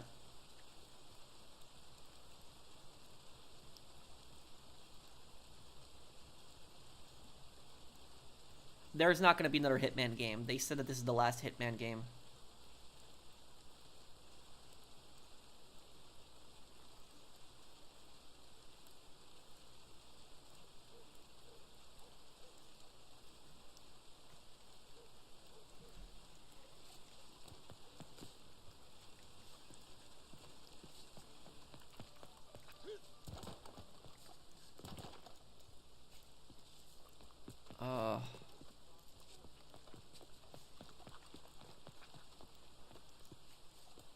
I guess I just don't use the flashlight that much.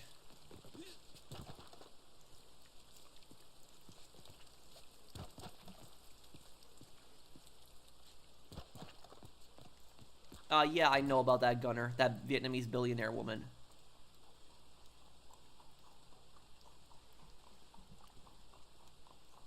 No, not really, Mr. Nowhere.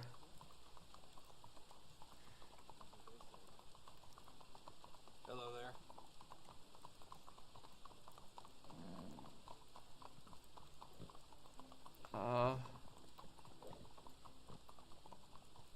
Parcel delivery fraud is where criminals send text messages to claiming to be from a delivery company and say you should pay extra delivery fees. They seek your private information, everything. Oh, we also have that in America, but in America that usually doesn't come in text messages. It comes in emails. Like if you just look at your junk mail, you'll see like random like emails like UPS order delivered, like stuff like that when it's like not it's not for you at all, and they're just trying to get your information.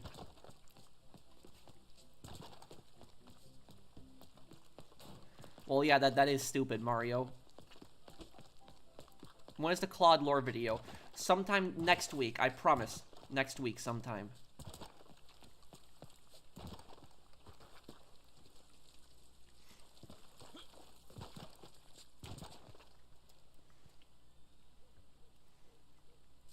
Bright Clips? I'll look that channel up. Are you of Soviet descent? No. My grandmother was my grandmother was from the Belarus, but even though she was from Belarus, her first language was Polish, but she did speak Belarusian also. But she identified as a Pole. Well, she was a Polish Tatar from Belarus, but.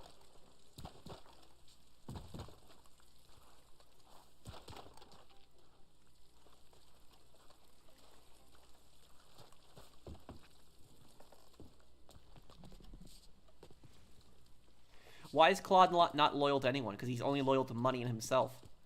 I'll explain that in my lore video.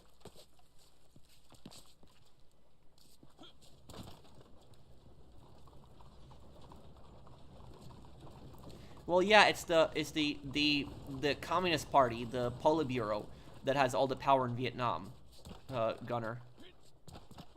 The Parliament is more power than the president.